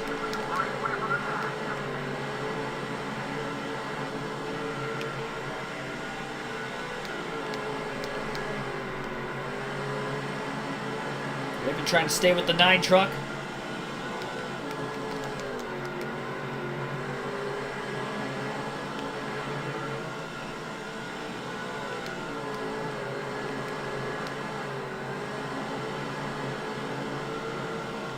Who do I think will win the 500? I can't really make a prediction on that yet. I gotta wait until the dual races are over and practice and qualifying are all done. I'm not one for making predictions before all that stuff, just because I know I'm going to be wrong more often than not. I mean, I could still end up being wrong, but the odds of predicting it correctly after all that stuff is a little bit easier.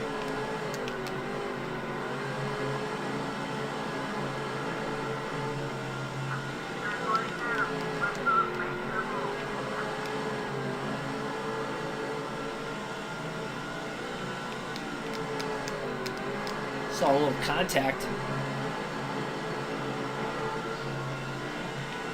Very tail end of the field. Craven driving it in deep. Gets to the inside of Hattori, holds on to it side by side for the lead now into turn 3. Craven's going to get it right back, so he lost the lead about 9 to 10 laps ago. Now he's back out in front. Hattori overdrives turns 1 and 2.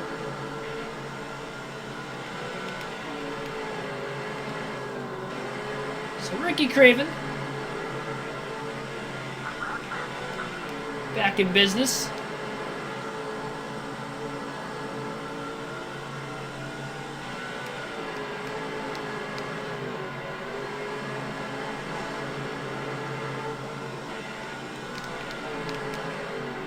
Pacing well enough as of right now to be able to make it on just one pit stop in today's race.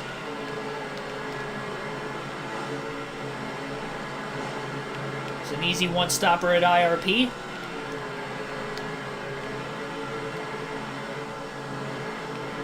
Stayed caution-free, which definitely helped it.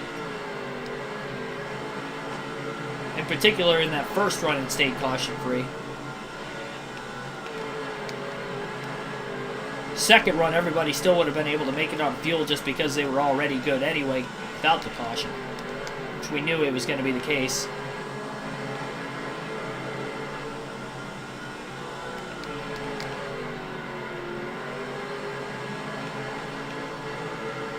Actually got to halfway out of fuel after 52 laps in the IRP race. That track a slight bit longer than this one, though. This is a perfect half mile. That one's more like 6/10 of a mile.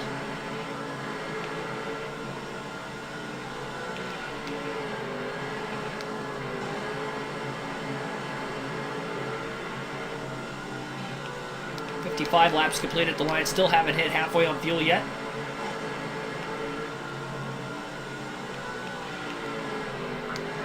Bump and run. 107. Chad Chafin. Chafin at the very tail end of the field right now. Forgot there's a doubleheader. Did you leave after the first race?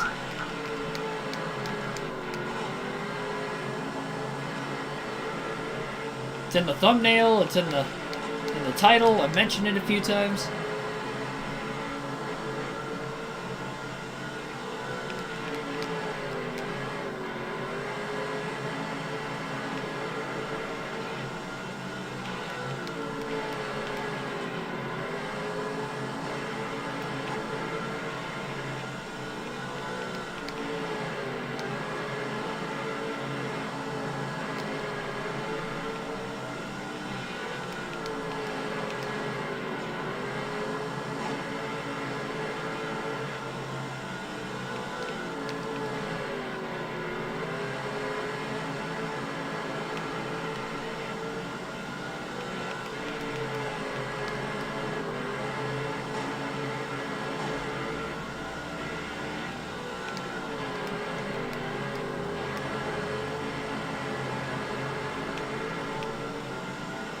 It's like the pace has kind of dropped off a little bit for Craven as he's close to these lap trucks up in front of him. He's not really getting close to them like there's some sort of a bubble.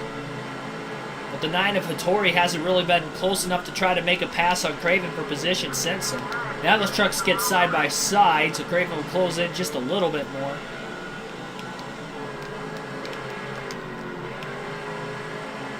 .137 going to try to undercut and make a move.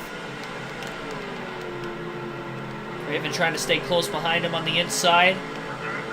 It's going to allow him to get underneath Chafin. And Craven will lap his first truck of the day at lap 64. So, lap traffic as we have a battle for the lead going on this long green flag run to start race 2 tonight.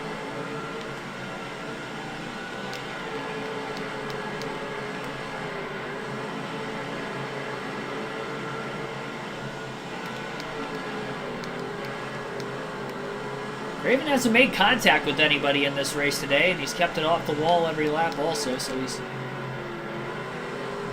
doing well for himself. Almost got in the back of the 137 that time. He checked up as well as Craven because of the 2 trucks in front of them making contact.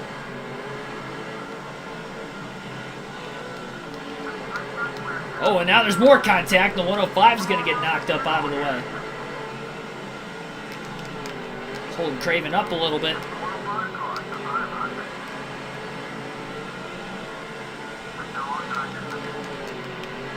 Finally get by the 105.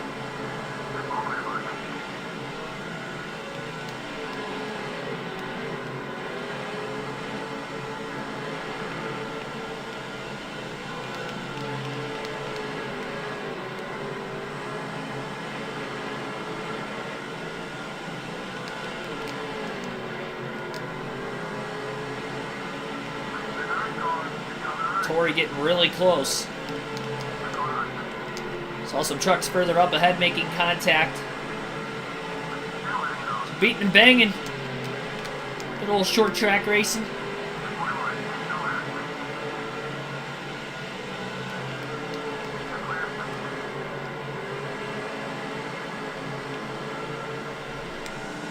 Alternate through the different camera angles for the second and final time in our second race here this evening.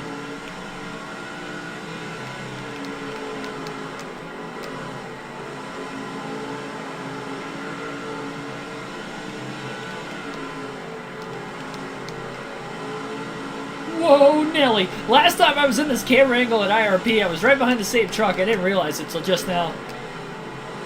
You don't really see the sponsorship too well unless you're in this camera. Then you see it clear as day.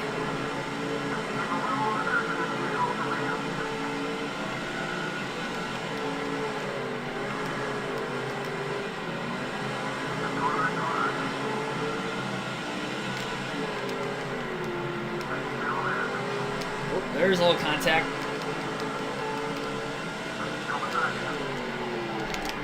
And a little loose in, and that's going to give Hattori the lead as he gets by on the outside. Just squeezed. Cleared the lap truck, too. Even driving it in deep that time into turn 3, trying to get back to the inside of the 9, wasn't able to do so.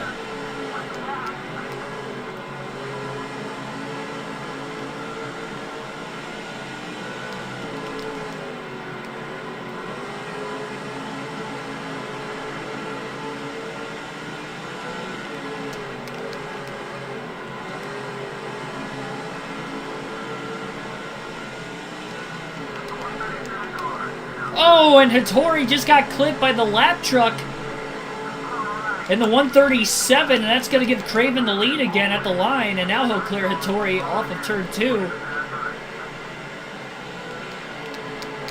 Surprised Hattori didn't drift up wider, potentially in the wall, and now he's going to lose second.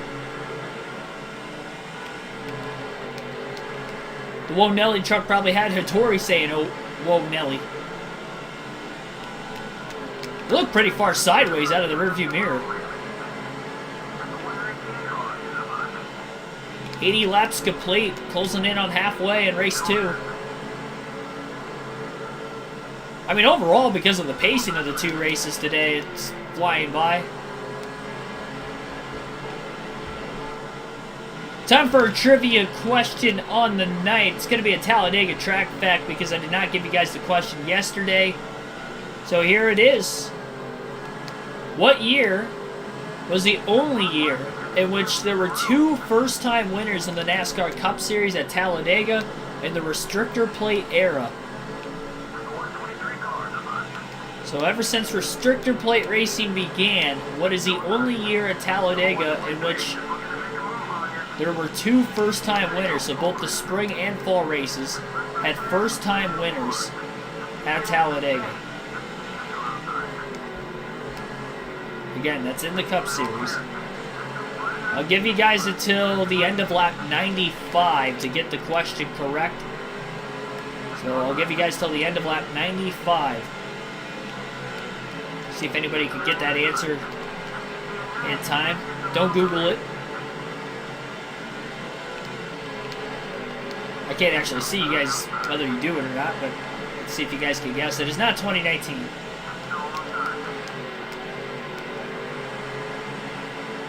First career winners. Let me clarify that more. First career winners. By first time, I don't mean like first time at Talladega. I mean in general, first career wins. So it's not 2019, 2018, or 2017. Kevin Harvick moving the 86 out of the way.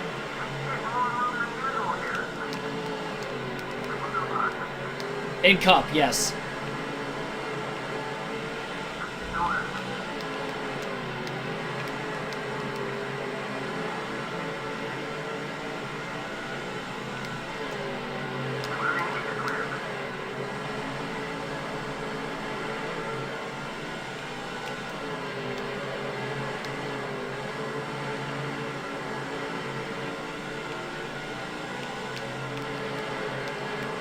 Not 2010.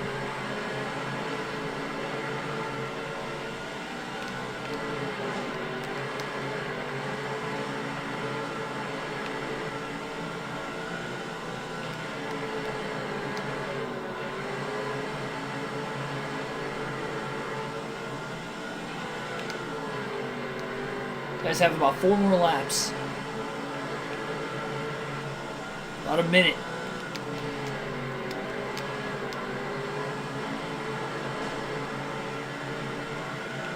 It is not 2009. It's close because Brad Keselowski got his first win in 09, but the fall race won by Kyle Busch, I do believe.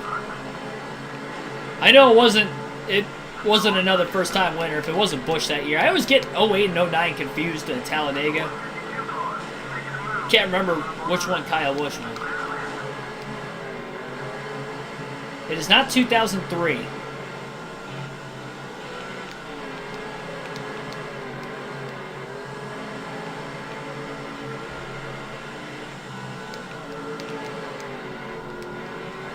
Communist Legos does have it. 1988 is the answer, like right before the end of the lap, too. 1988 is the answer. The 2 winners that year were Kenny Schrader and Phil Parsons. Parsons won the spring race, and the fall race was won by Schrader.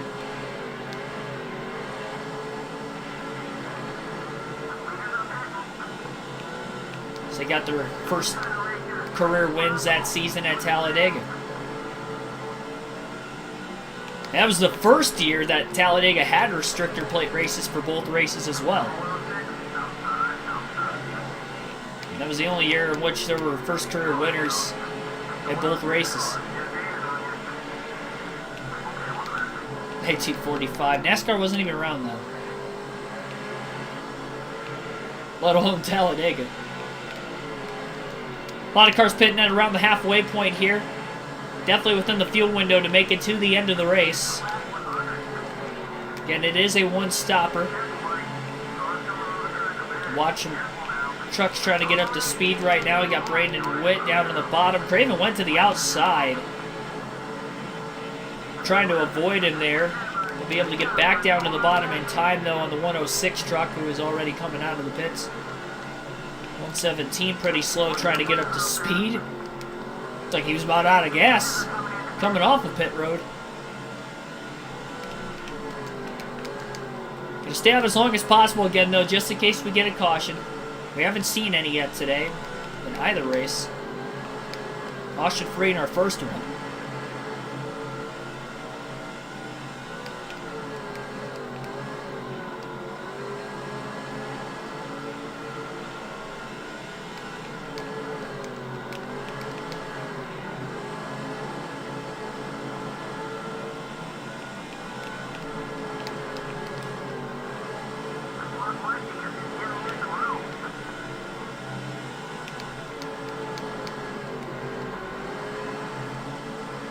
Doesn't show Kenny Schrader won at Dega.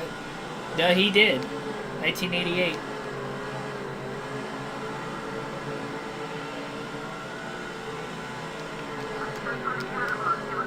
According to Racing Reference.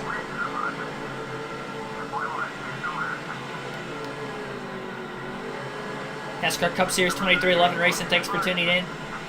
I'll get through the pit stops and then I'll explain my thoughts on the stage situation. I've explained them already, but I'll explain it again.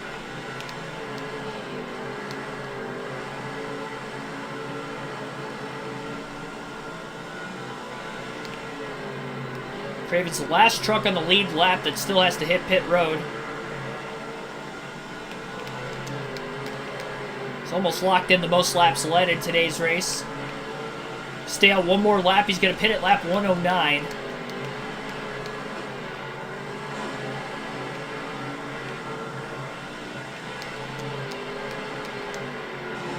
Ricky Craven going to be on his way in. 4 tires and fuel. No adjustments here under this first stop.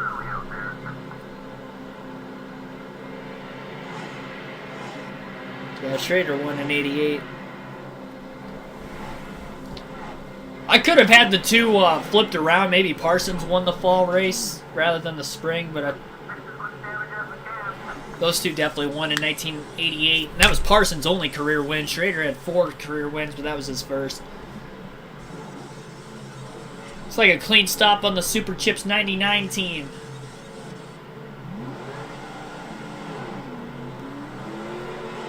And we'll see if Craven's going to come out with the race lead.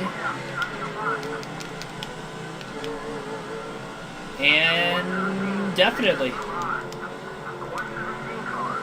About a 2.1 second lead. Fast stop in both races for Craven. Money stop out of the way. We get any cautions. He's staying out, keeping the track position to the end. Now it's just a matter of who can get through lap traffic quicker. After he got up to speed, the lead's down to about 1.8, 1.9 seconds. 89 laps to go at the line. And Craven has now just clinched the most laps led. So it'll be a max points day in both races today if he is able to get the victory. Like Speed's only win. Who knows, maybe that could be like 2022, all the first-time winners we saw. Maybe some of them, it's their only career win, like Daniel Suarez or... Who else got their first career win last year? Well, I guess Chris Buescher, it was his second win. Reddick's already got 3 wins. Chastain's got 2.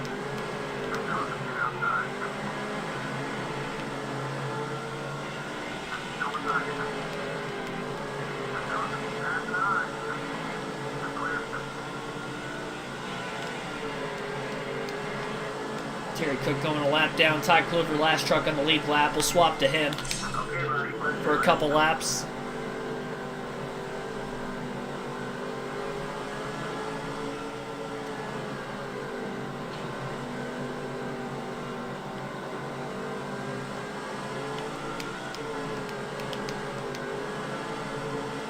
Yeah, so what I was saying about the stage racing is Kluver's in 16th. I guess he's working his way up there, getting quite a few spots.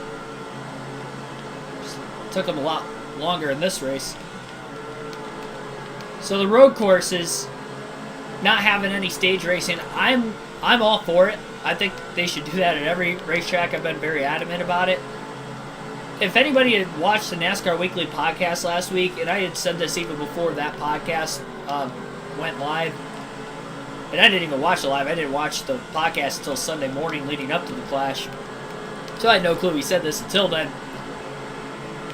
But anyway, I don't think it's going to change the strategy too much. I think it will add more strategy to it overall, which will equate to better racing. But I do think the drivers that are going to be staying out to get the stage points still may become a factor, because now pit road's not going to close with 2 laps to go in the stage, I think. I'd have to imagine it's still going to stay like that. And if it ends up where the stage is right around the edge of a fuel window or somewhat close to it, you still might end up seeing the same thing happen, where guys are going to end up pitting a little earlier because tires matter so much. More often than not, the tires seem to add up much on the road courses, so the drivers who aren't in position to get stage points are more than likely going to end up pitting earlier than the drivers who are in position to get stage points, and that could end up propelling them a little closer to the front of the field. If we see that at all in the first road course race, which is COTA, and we see it pan out, I think we're going to see that pretty much every race going forward at that point too, on the road courses. I'd say it's more likely to happen at a track like COTA because of how big the track is itself in length. I don't think you're going to see it as much at like a Watkins Glen or a Sonoma as you would there. Same kind of goes for the Roval. But the longer road courses, I think you're going to see it more.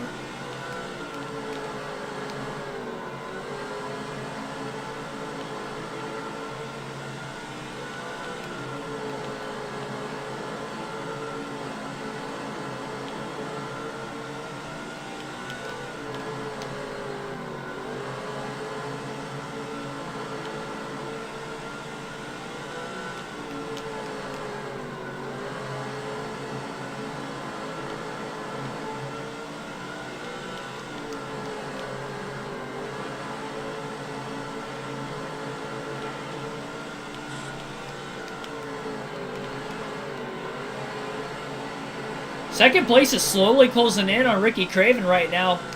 71 laps to go. It looks as if John Hamilton is the second place race truck. We haven't seen him up towards the front of the field the whole race. Got a truck blowing up on the bottom of the track. It's the third driver to blow an engine. I'm trying to make it all the way back around to pit road.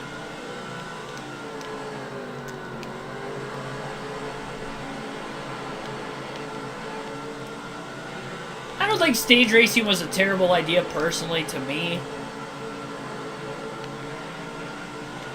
The cautions during it, I can understand why they have them, but I'd prefer them without.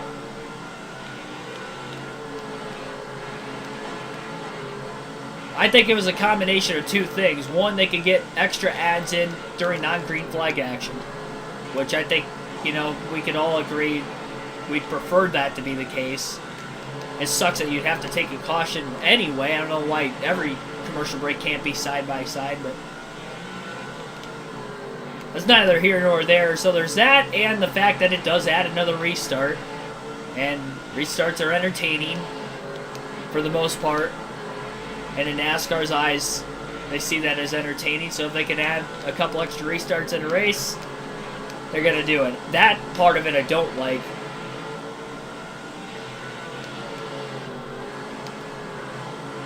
But either way, it does manipulate what the actual flow of the race. I mean, how many times do we hear cautions breed cautions, and how many times is the race, you know, calm for stage 1, stage 2, and it ramps up in stage 3? It ramps up in intensity in stage 3 more often than not. Not so much because it's getting closer to the end of the race, but because there's a restart that bunches the field back up, and any restart could be the last. And then we see a couple cautions, and then like 3, 4 cautions after the fact, then they have a long green flag run to the end. Or they never get a long green flag run, and it's just cautions every 10 to 20 laps until the end of the race at that point, because one caution stacked the field up, and the field's not able to get us separated again. It dumbs down the strategy so much on the 1.5 miles. Everybody splits the stage in half, and then there's some drivers that don't have the pace to be able to have a decent finish, so their only way of having that is by staying out as long as they can, hoping for a caution.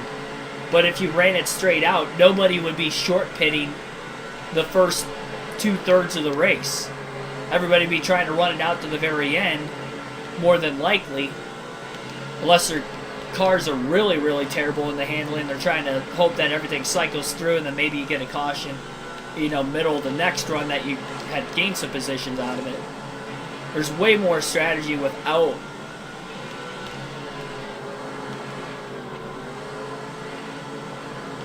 the stage cautions.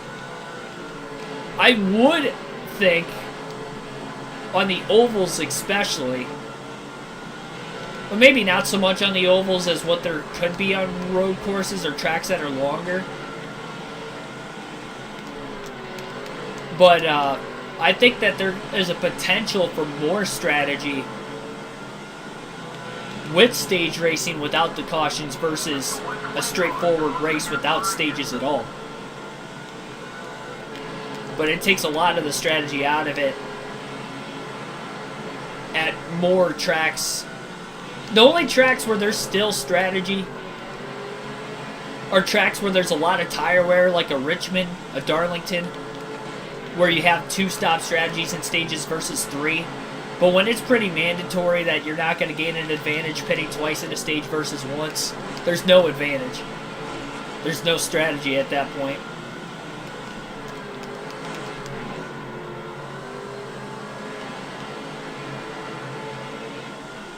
Oh yeah, I definitely plan on getting to a Tigers game this year as it beat Miggy's last season.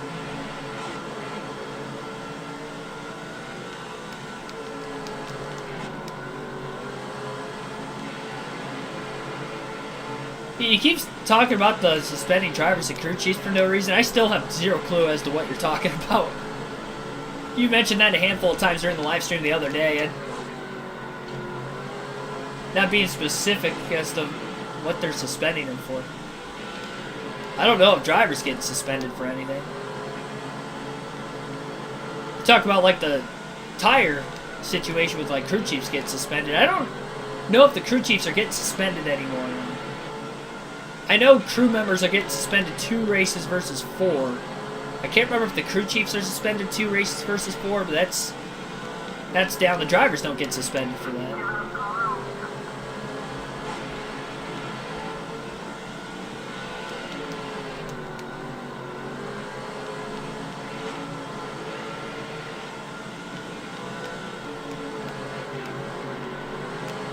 Lot of beating and banging and side-by-side lap traffic with about 4 trucks right around the 99 of Craven. Down to 49 laps to go. John Hamilton closed quickly through turns 1 and 2 that time, and he has a chance to get to Craven's back bumper here before long. But out of nowhere, though, John Hamilton has not led all day. We haven't had a caution. He is going for the lead. John Hamilton looking strong in the second half of this race. He has caught past Ricky Craven. Craven going to get to the bottom right in front of the lap truck. Side-by-side lap traffic right in front of John Hamilton. It's going to hold him up potentially. Craven needs to get to him quickly. Could be in danger of losing him for good. Oh, contact, trouble. One truck got sideways. How was there not a caution there? There was a truck that almost flipped. And we did not get a caution for it. I guess NASCAR doesn't want to throw cautions today because we went caution-free in the first race. That probably should have been a yellow.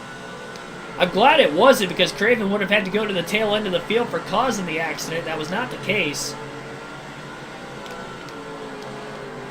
My goodness.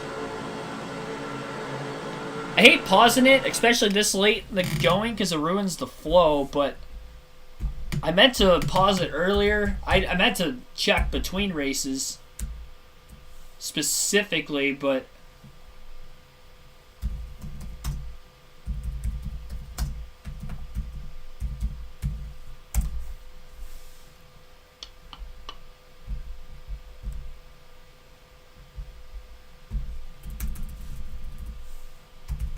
I want to see what the magic number is for how many points ahead of second place we could be after this race to try to clinch the championship if it's possible. Get my calculator out. Do the math a little quicker. And make sure there's no flaws. So 190 minus...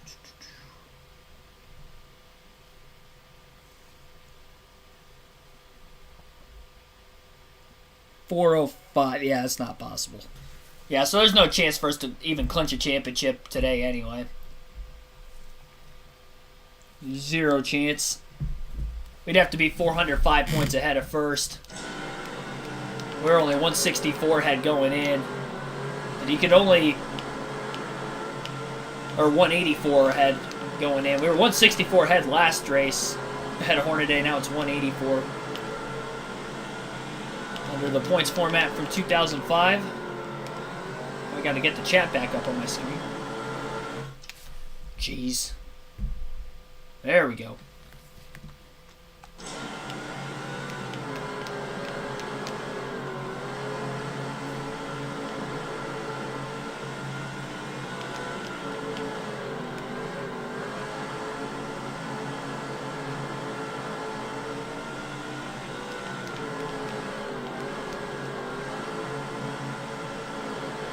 Actually, I think the Truck Series has less than 25 races now.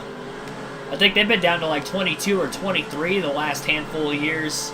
It used to be 25. Unless it's back to 25 again. I didn't. No, it is 23 the last couple seasons because 16 regular season races, 7 playoff races.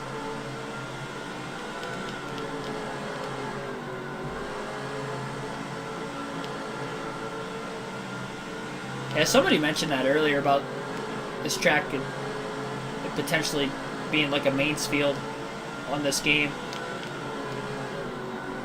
Mansfield isn't in this game mainly because of probably not being able to get the rights to be able to put the track in the game. I think the only standalone tracks in this game would have been Nazareth. Nazareth was gone after 04 anyway, I think. 04 was the last year they had races at that track. So yeah, that, but Milwaukee and IRP, and all the other standalones like Nashville, Memphis, those aren't on this game. I know they're not on NASCAR 07 either. I haven't played 08 or 09 to know if they're in those games or not. Kentucky's not in here either when it was on the truck and Busch schedule for a long time. Well before it got onto the Cup schedule.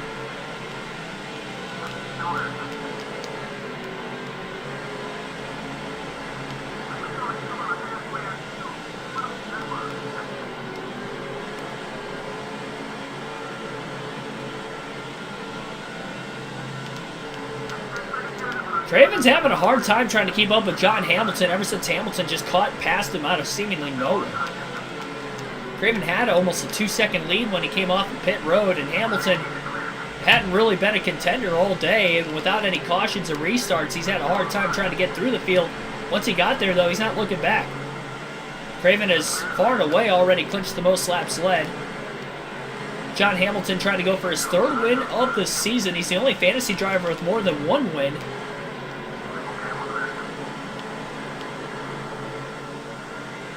Craven probably going to have to be aggressive. He'd like to race him straight up, but he's having a hard time trying to get to him. May have to use the bumper if he does get a chance. Closing quite a bit through 3 and 4. Craven got by that lap truck a lot quicker.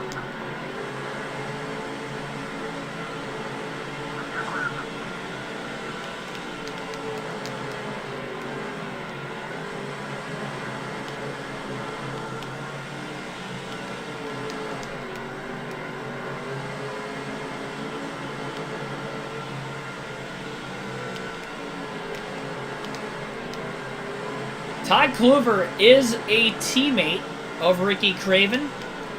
Maybe there's a chance he holds up the 120 of John Hamilton and gives Craven a chance here. And they're going to be 3 wide.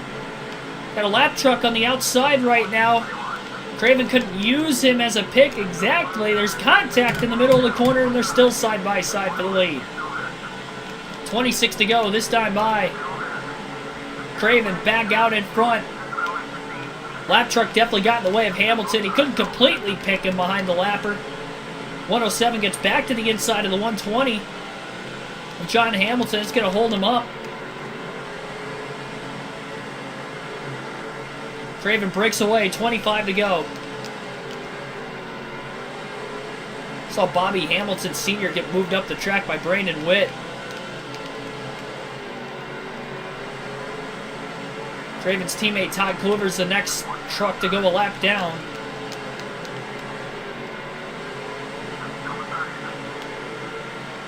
Gives up a lot of bottom for Craven. Gonna help his teammate out. Can he hold up John Hamilton a little bit now?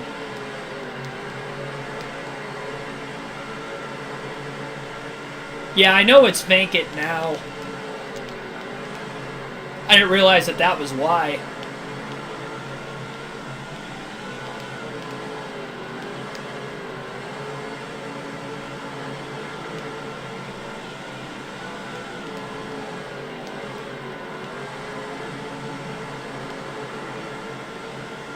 They don't live too far from the track.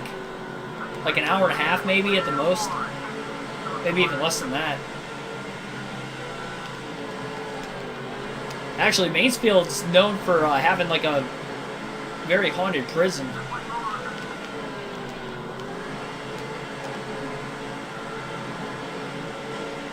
Go and tour it.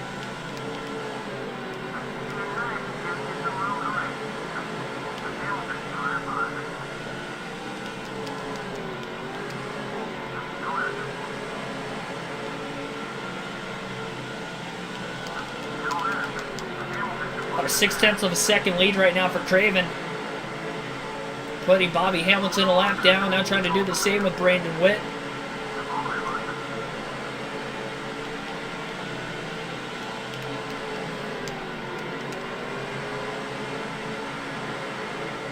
So with a 0.5 second lead and just 17 laps to go, is there enough time for John Hamilton to get back to Ricky Craven? Yeah, I've never been there before. I think my sister went once. I don't really know what her experience was like. I can't really remember what she said about it.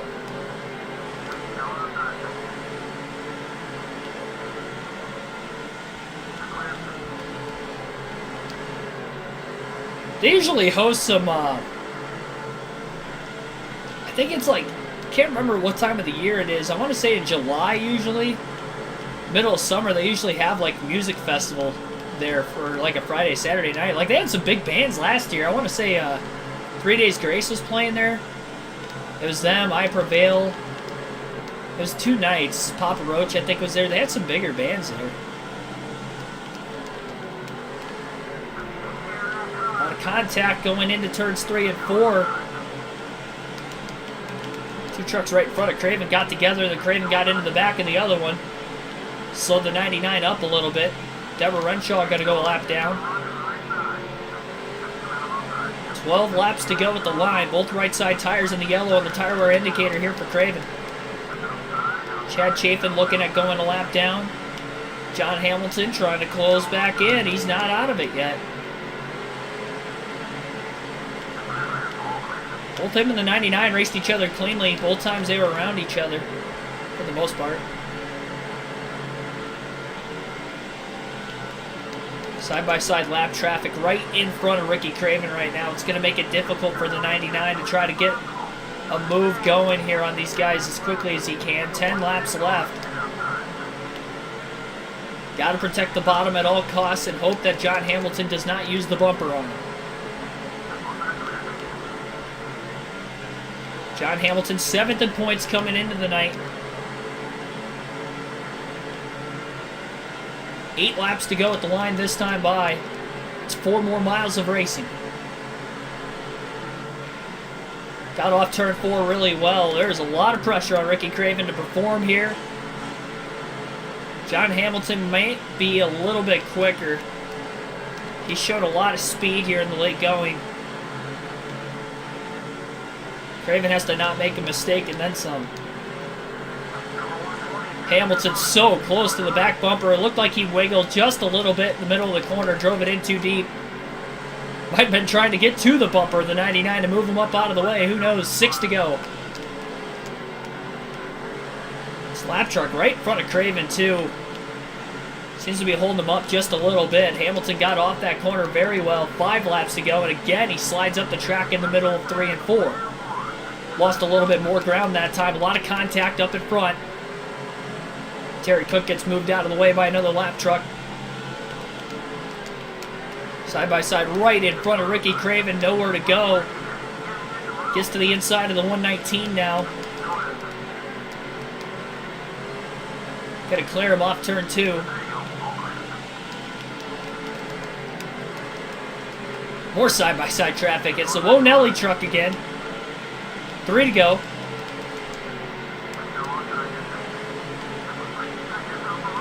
John Hamilton's right there. The 99 and the 120 battling for the win. Craven up the hill. Almost gave up the bottom. 2 to go. Trying to hold on. And there goes Hamilton. Side by side for the lead at the UPS Speedway. Up the hill. The 99 can't hold on. He's in the wall as he's stuck on the outside. And now he's too far back, and John Hamilton is going to be able to get the win at the UPS Speedway. Craven beating and banging his way into turns 3 and 4. Trying to get to the bottom, he couldn't do it. And John Hamilton is going to win the race. He earned that one. Caution free through both races today. They were so far ahead of the 3rd place truck. Honestly, I have no clue where John Hamilton came from in the second half of the race. So I don't even think he was in the top 3 before green flag pit stops even started. But he ended up getting the win.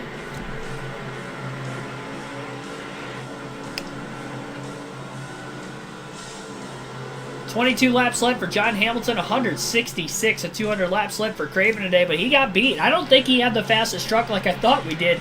John Hamilton either made the right adjustments during that one and only pit stop, middle of the race, or he was that fast from the beginning, but because he started 16th, and Craven started first. Craven had the track position for most of the race that Hamilton did not. Hamilton just drove his way up there. He earned it. Good win. I mean, he passed us clean both times he passed us. I couldn't use the lap car as a pick that time. I was stuck on the outside. I just couldn't hold the outside lane 2 laps in a row, honestly.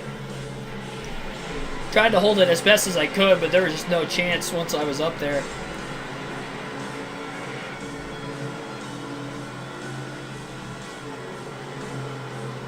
Yeah, so John Hamilton with the win. Ricky Craven second. Parker ends up third. He finished 4th in the first race, so a good doubleheader for him. Shikiki Hattori finishes 4th in this race, 3rd in the first race. Art Machette ends up 5th. Chase Montgomery 6th, comeback after that DNF in race 1. Broughton Hornaday finishes 2nd and 7th in both races today, as he finishes 7th in race 2. Bill Lester 8th, 2 top 10s for him today. George T finishes 9th. He gets 2 top 10s today. Deborah Renshaw rounds out the top 10 in 10th. Just 8 trucks finished on the lead lap. Our teammate Todd Kluver finished 13th a lap down. He started all the way, actually started 15th. He was back at 30th at one point, so I think he just kind of fell back there somehow. Got back up, gained a couple spots from the start of the race overall. Not bad with no cautions, obviously. And we had 3 DNFs in race 2. We had 4 in race 1. All fantasy drivers of this time versus no fantasy drivers DNF'd in the first race. Clausen, Simpson, Tucker were the 3 drivers that DNF'd. 50 minutes, 28 seconds total time on today's race. Margin of victory, 0.8 of a second. 12 lead changes. Again, no cautions. I think the 12 lead changes was accurate in this one, though. Because we had 4 different leaders. But I know I led at the start. Then Parker took the lead. Then Hattori took it from Parker. Then we took it. That was 3. We might have had some drivers lead during green flag pit stops, so I'm not entirely sure. I don't think that was the case. John Hamilton took it from us. We kind of went back and forth.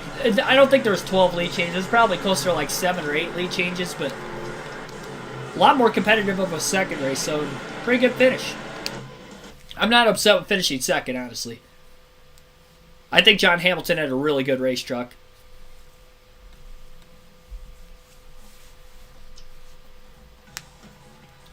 Bristol Motor Speedway for the Valvoline Max Life, I should say the O'Reilly 200 by Valvoline Max Life, will be the next race of the Truck Series schedule.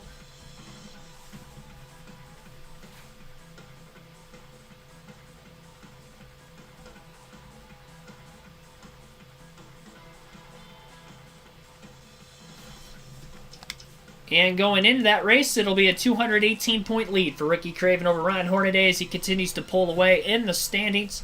There's a chance we could clinch the championship after that Bristol Motor Speedway race, which will be taking place, I believe, on Sunday. I think Sunday is the day I plan on doing a doubleheader for the Truck and Busch Series. Both races would be at Bristol. So that would be why there. We'll run the truck race first. And I mean, maybe there's a chance we can clutch a championship at both series. And we get on with our next season. We got NASCAR 7 coming up pretty soon. I don't know if I can get to that next week, though. I don't have the game yet for PS2. Because I actually had that game for PSP when I was growing up. That thing's long gone. That wouldn't even work anymore, even if I still had it. So I'd have to rebuy NASCAR 07. So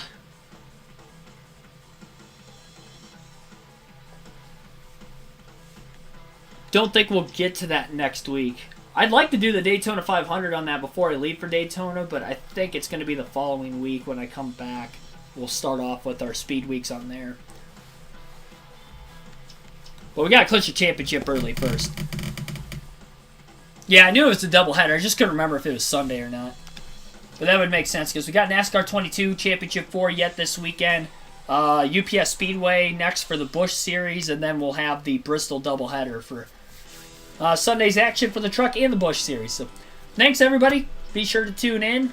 on tomorrow night's live stream, 6 p.m. Eastern Standard start time for that one. Throwback Thursday, our final Daytona 500 watch-along for the off-season, and then we'll be doing watch-alongs every week based on the track that they are going to that specific week.